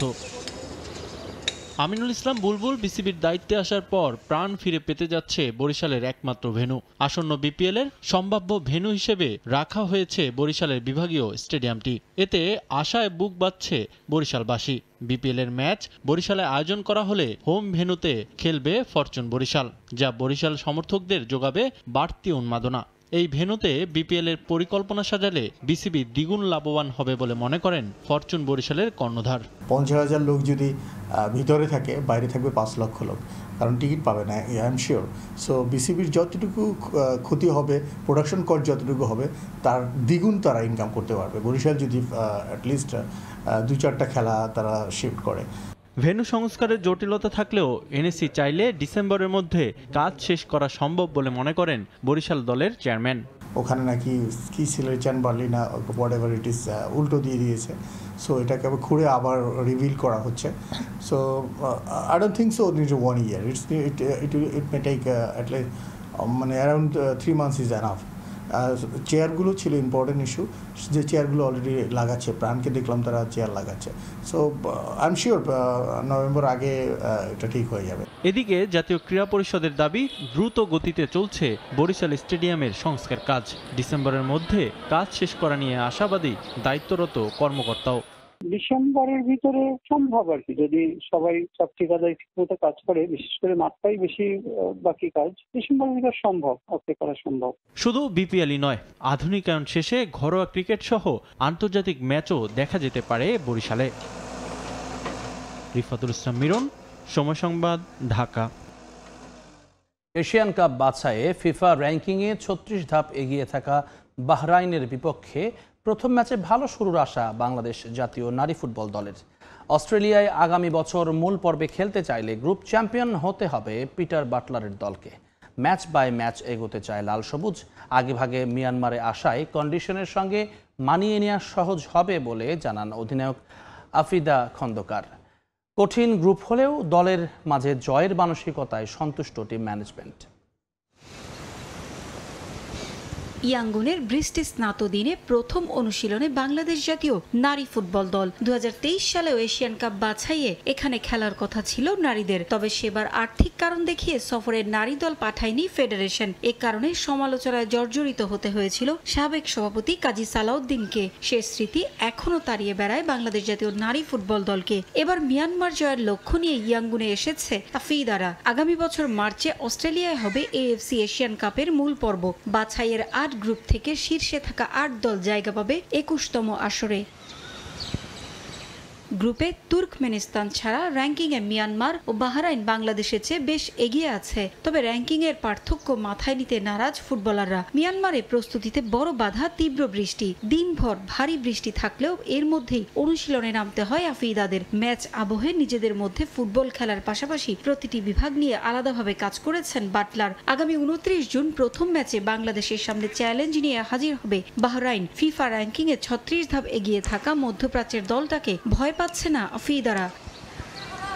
আগেভাগে মিয়ানমারে আসায় কন্ডিশনের সঙ্গে মানিয়ে নেওয়া সহজ হবে বলে মনে করেন অধিনায়ক। দলের আত্মবিশ্বাস ও ফুটবলারদের জয়ের ক্ষুধায় মুগ্ধ টিম ম্যানেজমেন্ট। খুবই মনোযোগ দিয়ে আমরা প্র্যাকটিস করেছি। কোচ যেভাবে আমাদেরকে দেখাচ্ছে এভাবে করতেছে। সবাই মোটামুটি ফুরফুরে মেজাজে আমরা ভালোই ট্রেনিং করছি আজকে। বৃষ্টির মধ্যে আর কি ট্রেনিং, আমাদের যে অ্যাক্টিভিটিসগুলো আছে আমরা এটা মাঠে প্রপারলি করেছি। আর আলহামদুলিল্লাহ সবাই সুস্থ আছে, ভালো আছে। প্রতিপক্ষ যতই কঠিন হোক না কেন, সম্প্রতি জর্ডান ও ইন্দোনেশিয়ার বিপক্ষে 2 ড্রয়ের সুখস্মৃতি স্বপ্ন দেখাচ্ছে নারী দলকে। পারভিন আক্তার, সময় সংবাদ। শহীদ নূর হোসেন জাতীয় ভলিবল স্টেডিয়ামে আজ থেকে শুরু হয়েছে জাতীয় ভলিবল প্রতিযোগিতা 2025-এর মূল পর্ব। প্রধান অতিথি হিসেবে প্রতিযোগিতার উদ্বোধন করেন বাংলাদেশ ভলিবল ফেডারেশনের সভাপতি ফারুক হাসান। পুরুষ বিভাগে প্রথম ম্যাচে বাংলাদেশ নৌবাহিনী 3-0 সেটে বগুড়া জেলাকে এবং দ্বিতীয় ম্যাচে বাংলাদেশ বিদ্যুৎ উন্নয়ন বোর্ড 3-0 সেটে কুষ্টিয়া জেলাকে হারিয়েছে। এদিকে মহিলা বিভাগে বাংলাদেশ পুলিশ 3-0 সেটে সাতক্ষীরা জেলাকে পরাজিত করে। টুর্নামেন্টে পারফর্ম করা খেলোয়াড়দের নিয়ে পরবর্তীতে বিশেষ ক্যাম্প করবে ফেডারেশন। আগামী জুলাইয়ে ইংলিশ চ্যানেল পাড়ি দিতে যাচ্ছেন দেশের 2 সাঁতারু মাহফিজুর রহমান সাগর ও নাসিমুল হক। 17 জুলাই ইংলিশ চ্যানেল পাড়ি দেওয়ার মিশনে নামবেন তারা। 1987 সালে দেশসেরা সাঁতারু মোশাররফ হোসেন খানের পর আবারও এই চ্যালেঞ্জ নিচ্ছেন এই 2 সাঁতারু। সাগরে নানা প্রতিবন্ধকতা থাকলেও নিজেদের সামর্থ্যে আস্থা রাখছেন তারা। যেহেতু এটা চ্যালেঞ্জিং বিষয়, একা করা খুব ডিফিকাল্ট, তো সেই ক্ষেত্রে আমরা একটা গ্রুপ করি, 2 জন বাংলাদেশ থেকে আরও কয়েকজন ইন্টারন্যাশনাল সুইমার নিয়ে আর কি দলগতভাবে ইংলিশ চ্যানেলটা করব। 17 জুলাই থেকে 23 জুলাইয়ের ভিতরে আমাদের স্লটটা স্রোত ঢেউ এই কারণে 34 কিলো 40 কিলো মিনিমাম হয়, ম্যাক্সিমাম আরও বেশি হয়ে যেতে পারে। সুইমিংয়ের ব্যাপারটা যে কোল্ড ওয়াটার, এখানে জেলিফিশ সহ সি অ্যানিমেলগুলোর একটা অ্যাটাকের চান্স থাকে। তারপরে বিজি টানেল থাকে, ইংলিশ চ্যানেলের যে বিজি টানেল, বিশাল কার্গো শিপগুলো ওখানে যাতায়াত করে। এছাড়াও রাফ ওয়েদার থাকে, যে কারণে আসলে কেউ এটা যেতে ইচ্ছা পোষণ করেন। বাংলাদেশ সুইমিং ফেডারেশন আমাদের জন্য একটু চেষ্টা করতেছে, বিভিন্ন জায়গায় মেসেজ পাঠাচ্ছে। আশা করি হয়তো কোনো একটা পজিটিভ একটা নিউজ আসবে। সব গুঞ্জনকে উড়িয়ে দিয়ে আল নাসরেই থাকছেন Portuguese goal machine Cristiano Ronaldo. নতুন করে 2027 পর্যন্ত চুক্তির মেয়াদ বাড়িয়েছেন CR7। তবে শুধু চুক্তি বাড়ানোই নয়, শিরোপা পুনরুদ্ধারে আল নাসরকে ঢেলে সাজাতেও কাজ করছেন রোনালদো। তার সমঝোতায় ইতোমধ্যে ক্যাসিমিরোর সঙ্গে চুক্তির দ্বার প্রান্তে সৌদি প্রো লিগের ক্লাবটি। চ্যাপ্টার ইজ ওভার গেল মেতে সামাজিক যোগাযোগ মাধ্যমে নিজের ভেরিফাইড পেজের এই একটা পোস্ট নিয়ে কতই না হয়েছে আলোচনা। ব্রাজিলের ক্লাবগুলোর কাছ থেকে প্রস্তাব ক্লাব বিশ্বকাপে খেলার হাতছানি। 2-4 মিলিয়ে আল নাসরের জার্সিতে ক্রিস্টিয়ানোর শেষ দেখে ফেলেছিলেন অনেকেই। তবে সেই পোস্টেরই একটা রহস্য রেখে দিয়েছিলেন CR7। The story still being written. শেষমেশ তাই হতে যাচ্ছে, চ্যাপ্টার নট ক্লোজ। পুরনো ঠিকানাতেই থাকছেন পর্তুগিজি বরপুত্র। রোনালদোর সঙ্গে চলতি মাসটাই চুক্তি আছে নাসরের, তবে তার আগেই বাড়ল চুক্তির মেয়াদ। নতুন চুক্তিতে আরো 2 বছর সৌদি প্রো লিগে দেখা যাবে ক্রিস্টিয়ানোকে। নতুন চুক্তিতে বাড়ছে রোনালদোর বেতনও। আগের চুক্তিতে বছরে 200 মিলিয়ন ইউরো বেতন পেলেও এবার তার দ্বিগুণ পাবেন রোনালদো। এছাড়াও থাকছে পারফরমেন্সের উপর বোনাসও। ব্রিটিশ সংবাদ মাধ্যম দ্য সান দাবি করেছে নতুন চুক্তিতে আল নাসরের 15% মালিকানাও দেওয়া হয়েছে রোনালদোকে। যদিও সবশেষ মৌসুমটা ভালো কাটেনি নাসরের। পয়েন্ট টেবিলের 3 থেকে লিগ শেষ করায় আসন্ন মৌসুমে তারা খেলতে পারবে না এএফসি চ্যাম্পিয়ন্স লিগেও। তবে আপন আলোয় ঔজ্জ্বল্য ছড়িয়েছেন রোনালদো। 41 ম্যাচে করেছেন 35 গোল। আগামী মৌসুমে আল নাসরকে ঢেলে সাজাতেও কাজ করবেন CR7। নাসরের কোচ স্টেফানো পিউলিকে বিদায় করে দেয় তার স্থলে নতুন কোচের সন্ধান করছে ক্লাবটি, যেখানে গুরুত্ব দেওয়া হচ্ছে ক্রিস্টিয়ানোর চাওয়া। সেই সঙ্গে স্কোয়াডকে আরো শক্তিশালী করতে ইউরোপে হাত বাড়াচ্ছে তারা। খবর, ক্রিস্টিয়ানোর সাবেক সতীর্থ ক্যাসেমিরোর সঙ্গে চুক্তির দ্বার প্রান্তে আল নাসর। এদিকে আল নাসরের সঙ্গে চুক্তি বাড়ানোর পাশাপাশি সৌদি আরবে নিজস্ব ক্রীড়া বিনিয়োগ চালু করতে যাচ্ছেন রোনালদো। খুলতে পারেন হোটেলও। 2034 সালে এককভাবে বিশ্বকাপে স্বাগতিক হবে সৌদি আরব। মূলত ম্যানচেস্টার ইউনাইটেড ছেড়ে ক্রিস্টিয়ানো সৌদিতে পাড়ি জমানোর পর থেকে বিশ্বজুড়ে সৌদি প্রো লিগে আগ্রহ বাড়ে সবার। ক্রিস্টিয়ানোর দেখানো পথ ধরেন ইউরোপ ও ল্যাতিন আমেরিকার ফুটবলাররা। তাই তো এখনই CR7কে কোনোভাবেই ছাড়তে চায় না ক্লাব ও সৌদি কর্তৃপক্ষ। পারভিন আক্তার, সময় সংবাদ। হাঁটুতে অস্ত্রোপচারের সময় মারা গেছেন তরুণ আর্জেন্টাইন ফুটবলার কামিলো নুইন। এমন ঘটনায় শোকের ছায়া নেমে এসেছে আলবিসেলেস্তে ফুটবলে। আর্জেন্টাইন পরাশক্তি বোকা জুনিয়র্সের একাডেমিতে বেড়ে ওঠা এই মিডফিল্ডার 2022 সালে নাম লেখান সান তেলমোতে। তবে কামিলো নুইনের মৃত্যুর কারণ এখনও প্রকাশ না করলেও তদন্তের কথা জানিয়েছে কর্তৃপক্ষ। ছোট্ট একটা কুড়ি ফুল হয়ে ফোটার অপেক্ষা, তবে শুরুর আগেই শেষের গল্প। আলবিসেলেস্তে ফুটবলে এই দিনটা শোকের। এমন দিন আর না আসুক কখনোই। বয়স আর কত? মোটে 18। যে 18তে স্পর্ধা তুলে নেয় মাথা তোলবার ঝুঁকি, সেই 18তেই অনন্তকালের যাত্রা কামিলো নুইন। নামটা অবশ্য জানার কথা নয় ফুটবলের পার ভক্তেরও। আর্জেন্টাইন পরাশক্তি বোকা জুনিয়র্স আর ইন্ডিপেন্ডিয়েন্তের একাডেমিতে বেড়ে ওঠা। পরে 2022 সালে সান তেলমোতে যোগ দেয়া সবকিছুই হচ্ছিল স্বপ্নের মতোই। কিন্তু হঠাৎ করেই চোটে পড়েন কামিলো নুইন। মেনিসকাল আর ক্রুসেট লিগামেন্টের চোটের চিকিৎসায় সিদ্ধান্ত নেওয়া হয় অস্ত্রোপচারের। ক্রীড়াবিদদের জন্য যা খুবই সাধারণ একটা অস্ত্রোপচার দেখা যায় হরহামেশাই, অথচ যাই কেড়ে নিল সম্ভাবনাময় এই ফুটবলারের জীবন। আর্জেন্টাইন লিগের দ্বিতীয় বিভাগে খেলা কামিলোর ক্লাব সান তেলমো নিশ্চিত করেছে তার মৃত্যুর খবর। একদিনের জন্য বন্ধ রাখা হয়েছে ওই ক্লাবের সব কার্যক্রম। শোক প্রকাশেও নেওয়া হয়েছে নানা উদ্যোগ। আর্জেন্টাইন ফুটবল অ্যাসোসিয়েশন থেকে শুরু করে বিভিন্ন ক্লাব, ফুটবলার কিংবা সংস্থাগুলো কামিলোর মৃত্যুতে শোক প্রকাশ করেছে। কিন্তু তাতে কার কি বা আসে যায়? সঙ্গে এমন মৃত্যুতে উঠেছে প্রশ্ন, খুবই সাধারণ একটা সার্জারি কিভাবে মৃত্যুর কারণ হলো তা নিয়ে চলছে তদন্ত। যদিও কামিলো কিভাবে মারা গেলেন তা নিয়ে এখনো আনুষ্ঠানিকভাবে কিছুই জানায়নি তার ক্লাব কিংবা স্থানীয় কর্তৃপক্ষ। তবে তারা দিয়েছে তদন্তের আশ্বাস। আর্জেন্টাইন সংবাদ মাধ্যমের খবর, যা শেষে এই মৃত্যুর কারণ নিয়ে জানানো হবে বিস্তারিত। মাহবুব রিমন, সময় সংবাদ। আবারও ফিফা ক্লাব বিশ্বকাপ নিয়ে সমালোচনা করলেন হাভিয়ার তেবাস। লা লিগা প্রেসিডেন্ট এবার সোচ্চার ফুটবলারদের ওয়ার্কলোড নিয়ে। ক্লাব বিশ্বকাপের জন্য তাদের খেলার সূচিতেও পরিবর্তন আনতে হয়েছে। এখন পর্যন্ত এই টুর্নামেন্ট ফিফারও প্রত্যাশা পূরণ করতে পারেনি বলে দাবি করেন তেবাস।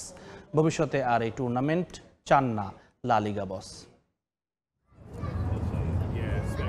ফিফা ক্লাব বিশ্বকাপ জিয়ান্নি ইনফান্তিনোর ড্রিম প্রজেক্ট। এ আসর নিয়ে এতটাই সিরিয়াস ফিফা বস টুর্নামেন্টের চ্যাম্পিয়ন ট্রফি ডিজাইনেও রেখেছেন বড় ভূমিকা। খেলা মাঠে গড়ানোর আগে যুক্তরাষ্ট্র জুড়ে এর প্রচারণায় অংশ নেন ইনফান্তিনো। দীর্ঘ মৌসুম শেষের পরও ক্লাবগুলো এই টুর্নামেন্ট খেলতে রাজি হয় মোটা অঙ্কের প্রাইজ মানির জন্য। ক্লাব ওয়ার্ল্ড কাপের পক্ষে বিপক্ষে অনেকেই কথা বলছেন, তবে একজন ব্যক্তির থামার নাম নেই। তিনি আর কেউ নন, লা লিগার প্রেসিডেন্ট হাভিয়ার তেবাস। গত সপ্তাহে মাদ্রিদে এক অনুষ্ঠানে তিনি এই টুর্নামেন্টকে প্রীতি ম্যাচের সঙ্গে তুলনা করেন। বড় পরিসরে এই আসর আয়োজনের কোনো যৌক্তিকতাও দেখেননি তিনি। ফুটবল ক্যালেন্ডার থেকে ক্লাব ওয়ার্ল্ড কাপ বাদ দেয়া উচিত বলেও মন্তব্য করেন তেবাস। এবার ফুটবলারদের ওয়ার্কলোড নিয়ে সোচ্চার লা লিগা বস। ক্লাব বিশ্বকাপের জন্য ইউরোপের টুর্নামেন্টগুলোতেও পরিবর্তন আনতে হয়েছে, যা মোটেও পছন্দ হয়নি তার। আমরা এই প্রতিযোগিতার পক্ষে নই। আমাদের এই টুর্নামেন্টে অংশ নেয়া সব খেলোয়াড়দের কথা চিন্তা করতে হবে। একটা লম্বা মৌসুমের পর এই টুর্নামেন্ট খেলে তারা ক্লান্ত হয়ে পড়বে। অন্য লিগগুলো নিয়েও আমাদের ভাবতে হবে। আর এই টুর্নামেন্ট শুরুর আগে আমাদের সঙ্গে কেউ আলোচনাও করেনি। এটার জন্য আমাদের কিছু দলের খেলার সূচিও পরিবর্তন করতে হয়েছে। ফিফা ক্লাব ওয়ার্ল্ড কাপের শুরুর ম্যাচগুলোতে মাঠে সেভাবে দর্শক উপস্থিতি দেখা যায়নি। এছাড়া তীব্র গরম নিয়েও অভিযোগ এসেছে খেলোয়াড় কোচদের পক্ষ থেকে। লা লিগার প্রেসিডেন্টের দাবি, এখন পর্যন্ত চলমান ক্লাব ওয়ার্ল্ড কাপ পূরণ করতে পারেনি ফিফার প্রত্যাশাও।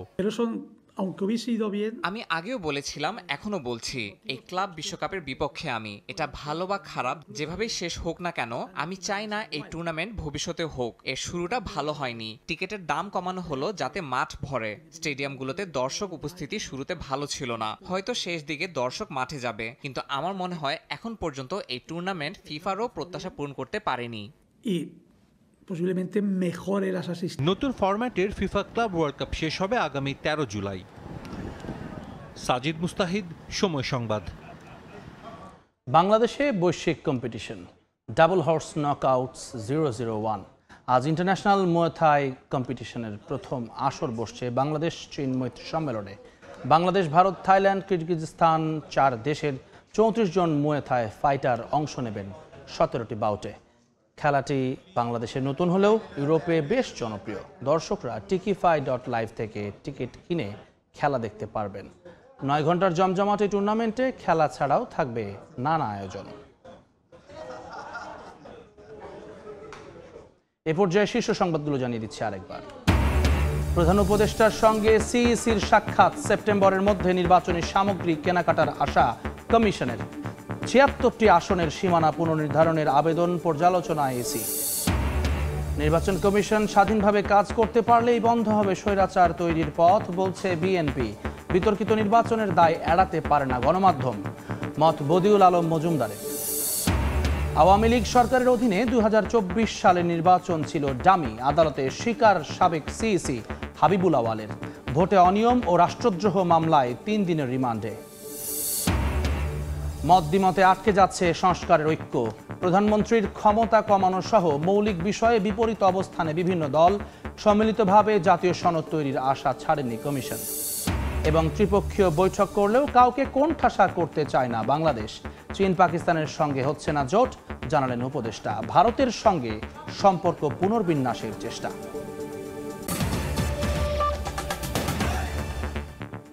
এই ছিল ভোরের সময়। সঙ্গে থাকুন সময়।